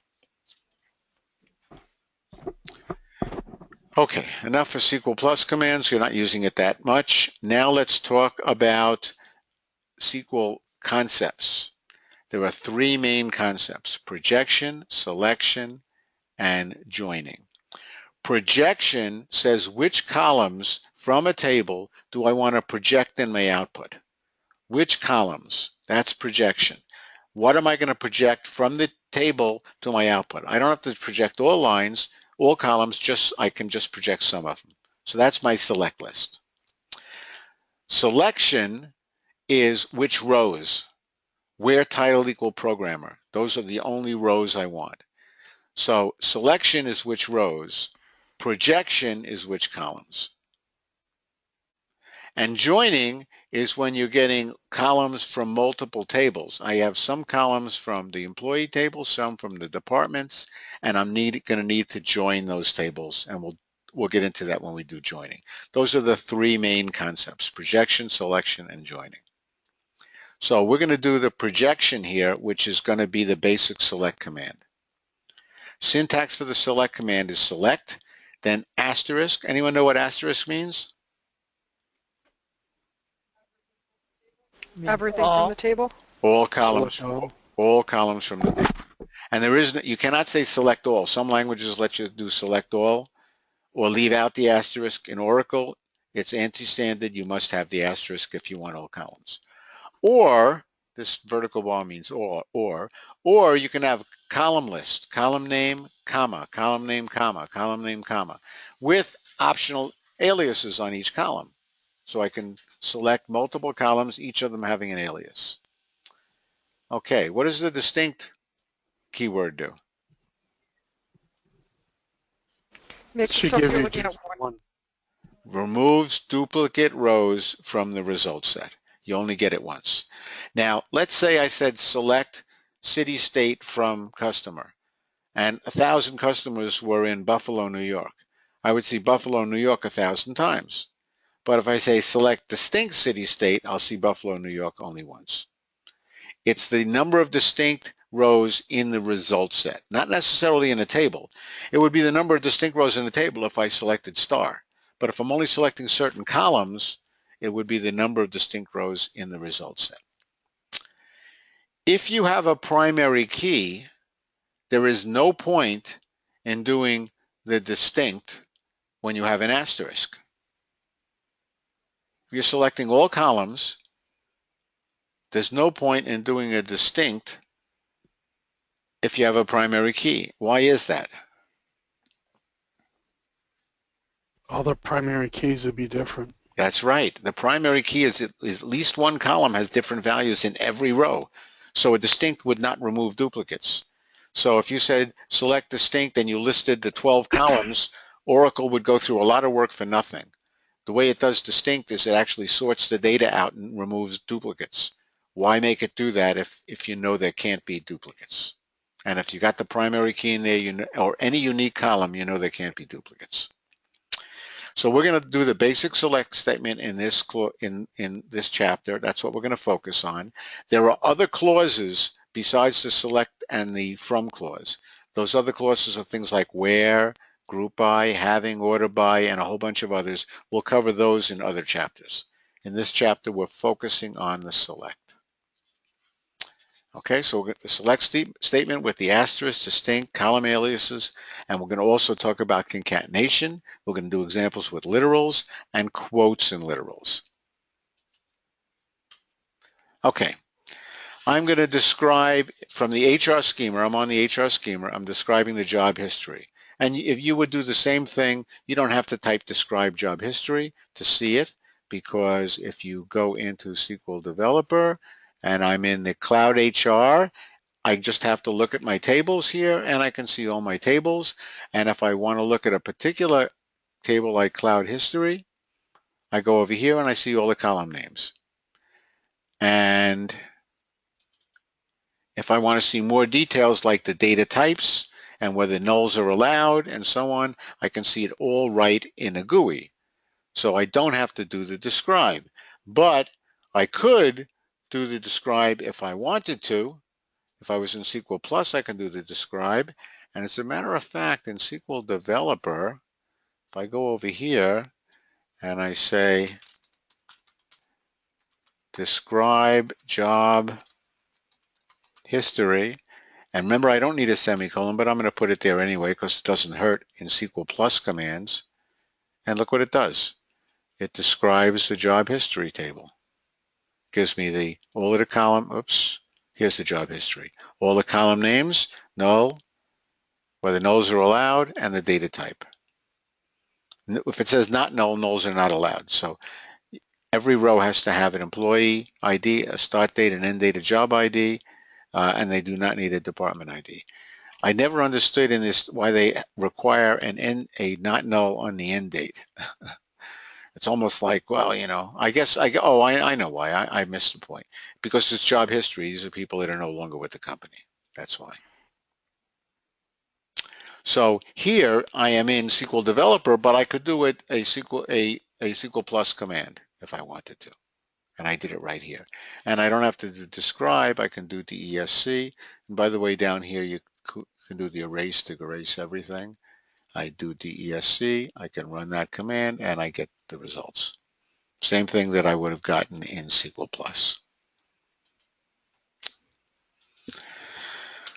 Okay, select job ID from job history. I'm projecting one column. So this is projecting job ID from job history. And notice AC account is here multiple times. SD clerk is here multiple times. If I say select distinct job ID from job history, I only get 8 rows instead of 10 because the 2 rows that are duplicated only show up once.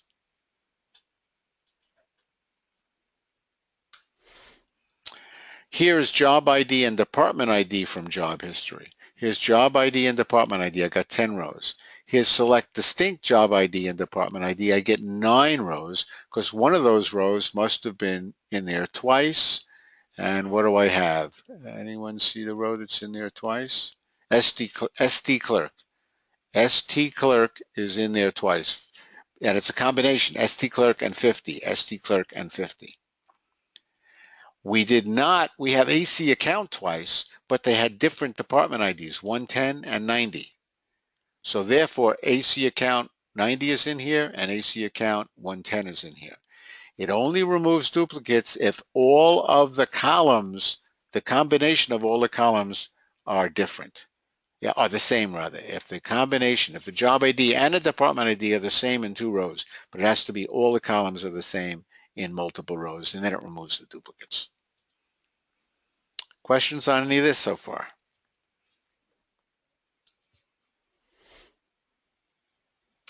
Okay. Now the next thing is concatenation and literals. We're going to do 2 things together in this. In Oracle, the standard way to do concatenation, and concatenation means I'm going to concatenate character strings together. If I concatenate the first name and last name, I'll get first name and last name together. Here I'm concatenating the string employee. Any character string is in single quotes. Aliases with double quotes, but character strings are in single quotes. I'm going to concatenate employee with a space together with employee ID. Employee ID happens to be a number, but when Oracle sees a character string concatenated with a number, Oracle converts the number to a character string. So it converts the number 101 to a character string. I believe employee ID in the job history table is a number, and let's check that out. Here's the job history table, and employee ID, sure enough, is a number. It's a data type is a number. It's not a character. But Oracle will convert it to a character string in order to concatenate it, because concatenation, two vertical bars, which is over the enter key, the vertical bar, the shift position over the enter key on most keyboards. When it sees that, it converts both sides, make sure they're both characters. So employee space, then the employee ID. So I have employee of 101, 102, and so on. Then I concatenate that with space, has a start date of and an end space. And then I concatenate that with start date, and it displays me the start date. Now notice I have a very weird heading for this column. All right, because I did not have an alias. I don't like this heading. That is terrible, so I'm better off creating an alias in there for that. And here I have an alias, the same thing as employee underscore start underscore date. Now, that's okay because there are a couple of special characters you can use in column names. It's usually characters and numbers, and underscore, pound, dollar sign can be used. So this is employee start date. That's the heading. But remember, since there's no quotes around it, converts it to uppercase. Aliases without double quotes around it get converted to uppercase. If I want it to be nicer, I'm going to put double quotes around it, employee start date. Now I can have spaces in it and other special characters, and it will maintain the case sensitivity because it's in double quotes.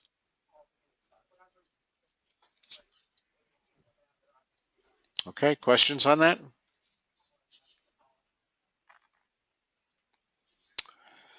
Okay, quotes and literals. Well, here's a quote. Here's a literal, employee. Quote, employee, close quote. The problem is, let's say I wanted to say, that employee's this employee's date of birth is. Employees would be EMPLOYEE, single quote, S. I would have a quote in a quote. Here, I have no quote in a quote, so it's okay. But if I had a quote in a quote, I got a problem. That's the issue here. Quotes inside literals, the literals are enclosed in single quotes. If you have a quote inside a literal, you'll get an error. It'll get confused because it thinks your quote is a closing quote to your literal, and it gets all confused. So the question is, how does Oracle resolve that? The one way to do it in the traditional way is you have two quote characters in a row. Not a double quote, two single quotes. Quote, quote. If you have quote, quote, Oracle says, that is not two single quotes. That's really a single quote, but you put it inside a literal. And there's an alternate way to do it with a special quote operator that starts with Q and a single quote and a delimiter, and the delimiters can be special things. The easiest way to see this is look at an example. So what is a literal again? A literal is anything in single quotes. Any character string in single quotes is a literal.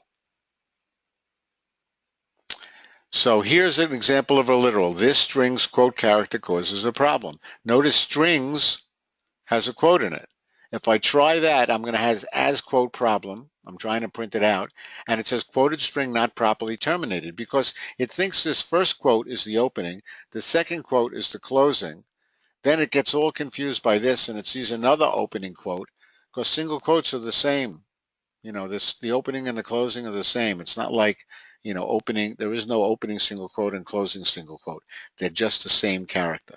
So this is going to cause a problem. Whenever you have a single quote in a literal, in a quoted string, you have a problem. So how do you resolve it? One way is use two single quotes in a row. This strings, and now I really want a single quote, but I have to put two in a row. This is not a double quote, it's two singles. This string's quotes are represented by 2 quote characters. And now I'm putting 2 again here, and there's my closing quote. So now I'm going to get this strings, because these 2 are really saying I want one real quote, are represented by 2 quote, and in parens I have 2 of them, again, which it thinks is, okay, that's 1, characters, and this is the ending quote. So it now has it okay. And I have as quote syntax in double quotes. That's a column alias. That's in double quotes, not single. I get quote syntax, and now it has a single quote here and a single quote there because I represented it by 2 of them. Any questions on that first one? Okay, now let's say you had a lot of single quotes all over the place. If you had a lot of single quotes, it would be a pain to go in and change all the single quotes to 2 of them in a row. So Oracle has a special way to do that, and that's with a quoting character, a quote operator. The quote operator is the letter Q, an open quote, and then an open square bracket, a closed square bracket. When it sees that, so it's a letter Q, and within the open and the closed quote, you can have anything in brackets, and any quotes in there will just be single quotes. If Oracle sees a Q and a string, a quote and an end quote, anything inside that, a Q, a quote, a open bracket, a closed bracket, and a closed quote, anything inside there, a single quote is just a single quote. You don't need to replace it with double quotes, and then it works fine. You do not need left brackets and right brackets. You could have less than and a greater than. You can have parens. You can have any character you want. Whatever comes after the Q quote, that next character, if it's a plus, it could be a plus on the end.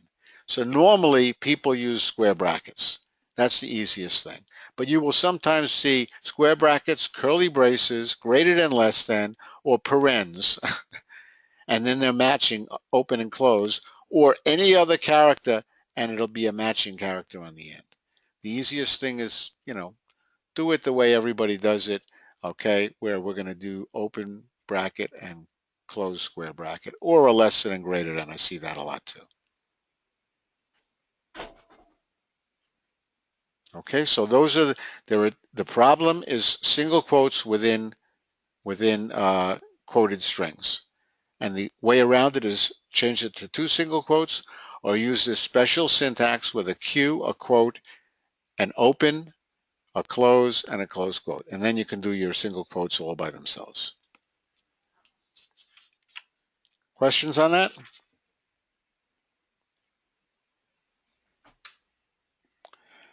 Okay, next thing we have is SQL expressions and operators. It starts on page 70 if you're looking through the book, or you want to refer back to it. There are arithmetic operators. There are date operators. There are character operators. Arithmetic operators, if you have multiple, you can have plus, minus, times, divide, and you can separate things with parens. The precedence is it will go left to right within the same level. Level 1 is parens. So if you ever want to change how something's going to be executed, when you have multiple, this plus this times that minus this plus this, if you want to change the default, you put it in parens. Anything in parens will get done first. Within anything in parens, if it's this times this divided by that, the division will always get done first, and then the plus, left to right. The division and plus, left to right. Then, the division and multiplication, and then the plus and minus.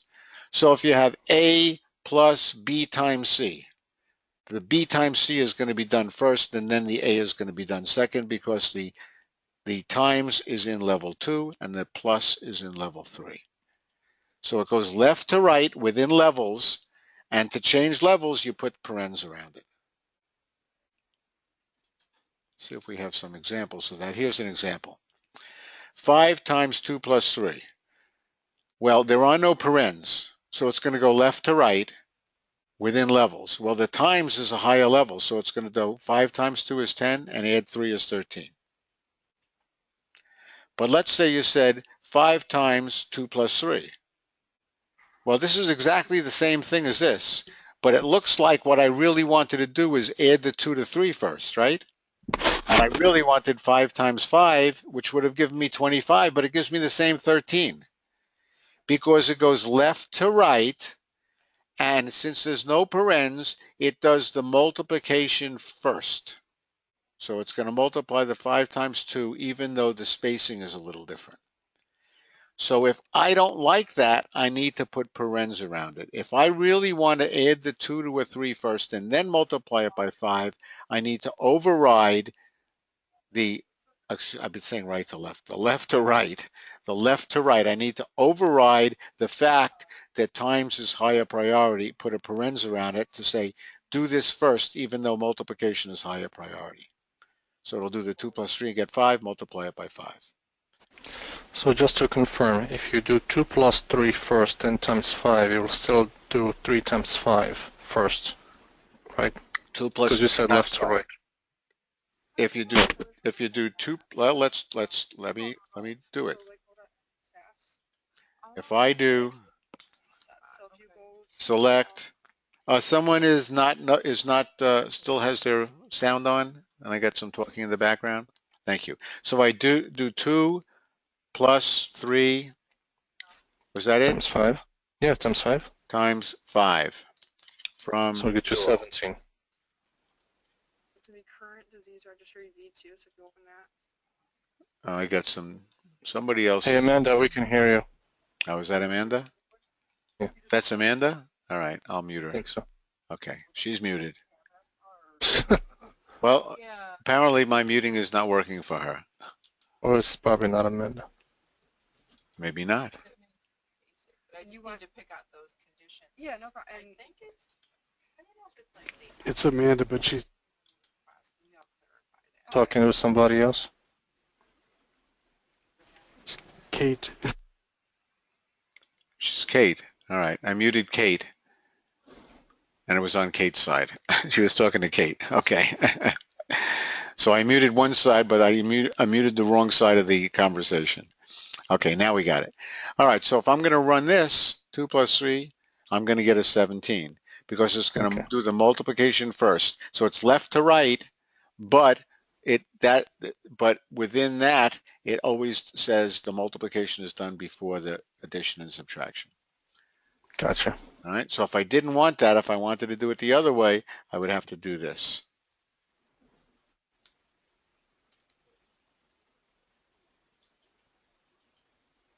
Now I get my 25. Okay. Thanks. Good question. Okay. All right. So that was arithmetic operators. So there is a precedence, and the rule is, even if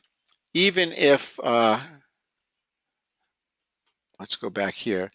Even if this is exactly, let's say I really did want it to do this. I really did want it to do multiplication first. If I really wanted it to do multiplication first, I could type it like this, but I never do. I always do this. Because if it's a long string, people get confused, and they might think I'm doing something different. So even if it would work without the parens, I always put parens around it. That's the better, that's a better best practice to put parens around everything. And then there is no question as to what you're trying to do.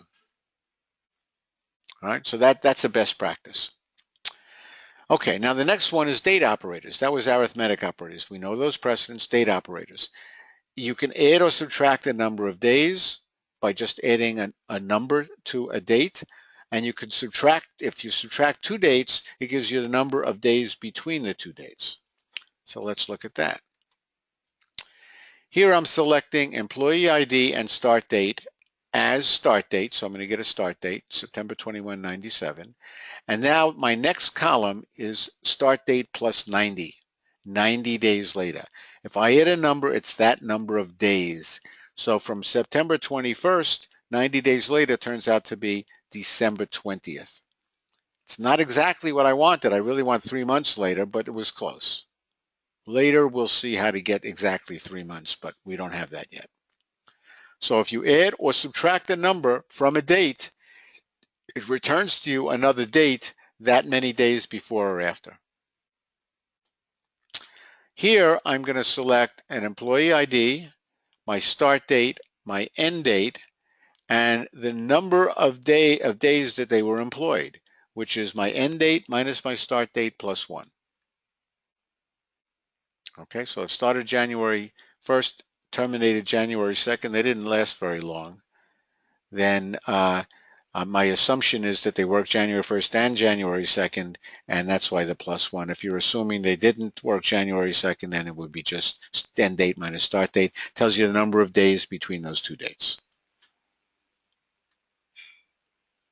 Okay, so that what we just covered was precedence for arithmetic operators. Date operators, we talked about the operators themselves and the precedence in arithmetic, and the main operators in dates, add and subtract the number of days, and how to subtract two dates. When you subtract one date from another date, it tells you the number of days between them. Let's look at data types, SQL data types. The data types occur in two different places. We got about 6 or 7. I'm sorry, Jeff, can I ask you a question, please? Absolutely. I'm sorry, I didn't see where you put the number sign or the date, the date sign on that. In this example here? In the example, yeah. So where did you? You mean because I wanted this, because these are two dates? Yeah. End date minus. So you just did. Yeah. So you really are not using that operator, the number, There is no number operator. What number? What operator are you talking about? I'm sorry. That means a number. That's as of, where you have the quote as of days employed. Oh, as number of days employed? Yeah. This guy right here, as number of days employed? The symbol. The symbol pound sign? Yeah. So how did you use that in your statement? I did not use that in my statement at all.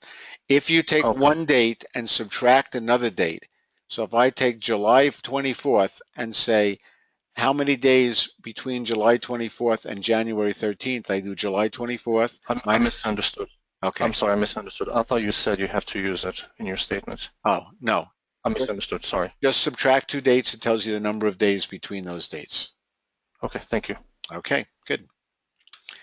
Okay, now, SQL data types. When tables are created, they are created with data types. And we've seen that before. We see the countries, and here a countries has country ID, country name, and region.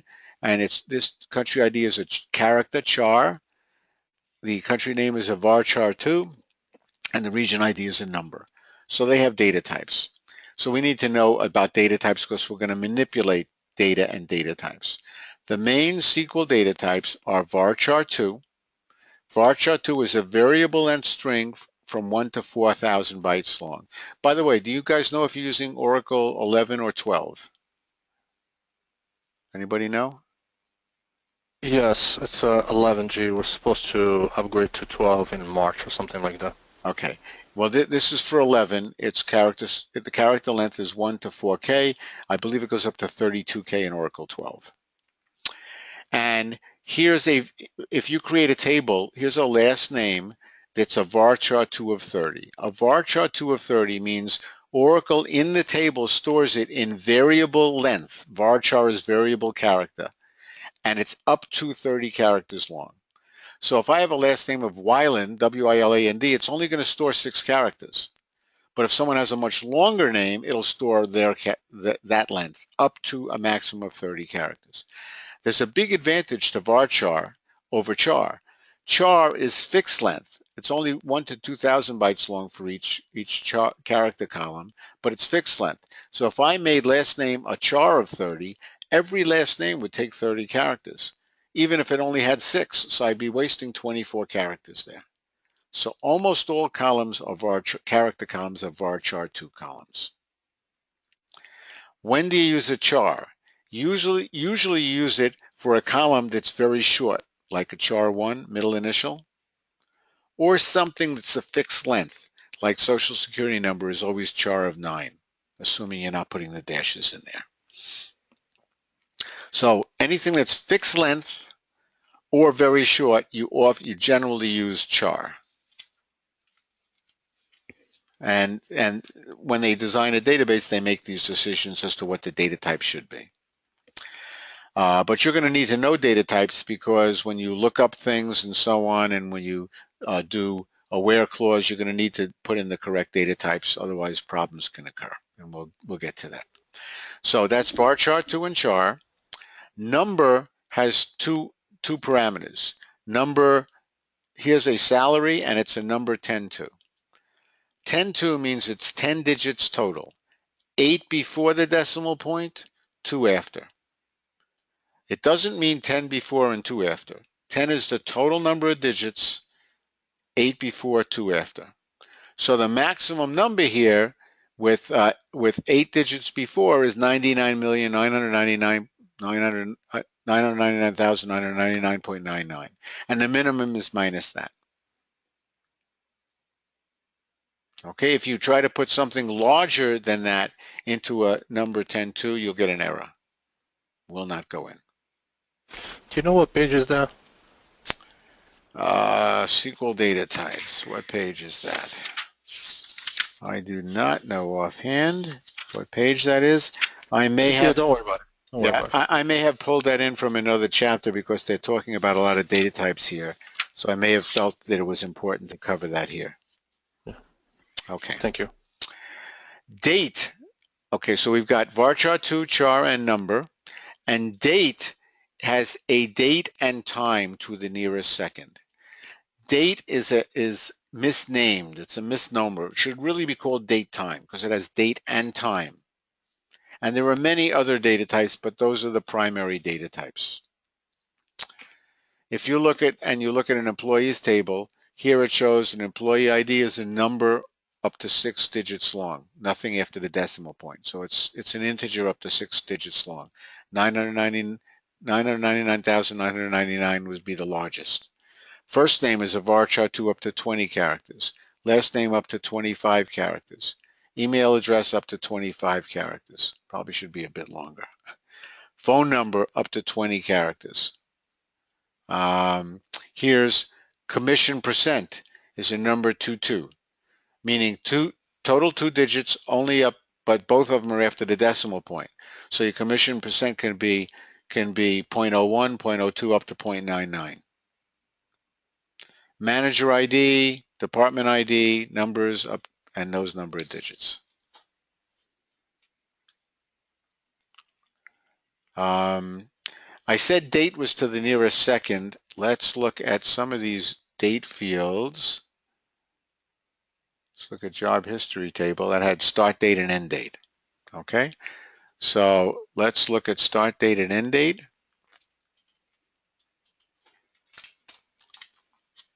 Select. Oh, by the way, from job, from job. While we're at it, let's show you some nice shortcut. History. And we're going to do a table, something called the table alias, jumping ahead. But the reason that I'm jumping ahead is to show you something. If you put in that and you put a space in here, you don't have to type the whole name. It will display the names for you. So here I want the job ID maybe, comma, and now I want the start date. So rather than have to type it all, it's nice to put in the name first with a column, with a table alias, and then you just do the J dot or whatever the table alias name is, and it's a lot easier to type it that way, especially when you got a lot of columns. So I'm going to run this, and notice it's printing out the date but no time. But there is a time element in here. The problem is you don't see the time element. So to see the time element, you're going to have to learn something later, but I'll show you what we're going to learn. We're going to learn the toChar function, which we saw before, that can print out in a different format. And the format is, I'm going to do month, day, year, year, year, year. But I can also do hour, minute, 2nd, AM for AM or PM. And let's see what the time element is on these. I don't know if they actually have times in here. No, they were actually put in at 12 a.m. midnight. So it was put in with 12 a.m. midnight is the default if you don't put in a time. But if some of these were put in at a specific time, you would see the actual time in here. Okay, so my point is that character strings, that date data types have a date and a time, and the time is to the nearest second. So those are some of the primary SQL data types. We'll get into another chapter where we go into more detail on data types, and when we get to that chapter, you'll see where it is in the book. Okay, we got 5 o'clock already. So let's see, what do I have here? Yeah, I've got the next thing we're going to do tomorrow is the concepts of nulls. So we'll pick it up tomorrow with the null concepts, and we have a few more slides to go here, and then we will do the lab tomorrow on that. So any questions Jeff, before we go? It's not tomorrow. It's Wednesday. Oh, I am sorry. I'm so used to saying tomorrow because usually they run one day after another. Yeah. I do know that I'm not going to be here tomorrow. I will be here Wednesday. We're doing Monday, Wednesday, Friday, and then the following week, Wednesday and Friday. Correct? Yes, thank you. Okay. No, I think it's Monday and Wednesday after that. No. Wednesday and Friday. If there's any misunderstanding on that, let me know tomorrow because I am not available next week, Monday. No, I have it down as Wednesday, Friday. Okay, good. Okay, I'm wrong then. Yes. Not a problem. How odd. Okay, very good. All right, so you guys get tomorrow off. You know, all you have to do is go to work tomorrow. You don't even have to take a class. You know, you got a whole day off tomorrow, right? Catch up on all the things you missed today, right? Thank you for the information. Thank you Okay. for your patience too. Okay, Appreciate no problem. We will see you in a couple days on Wednesday at 1 o'clock. it. Bye. Okay, enjoy everybody. Take care.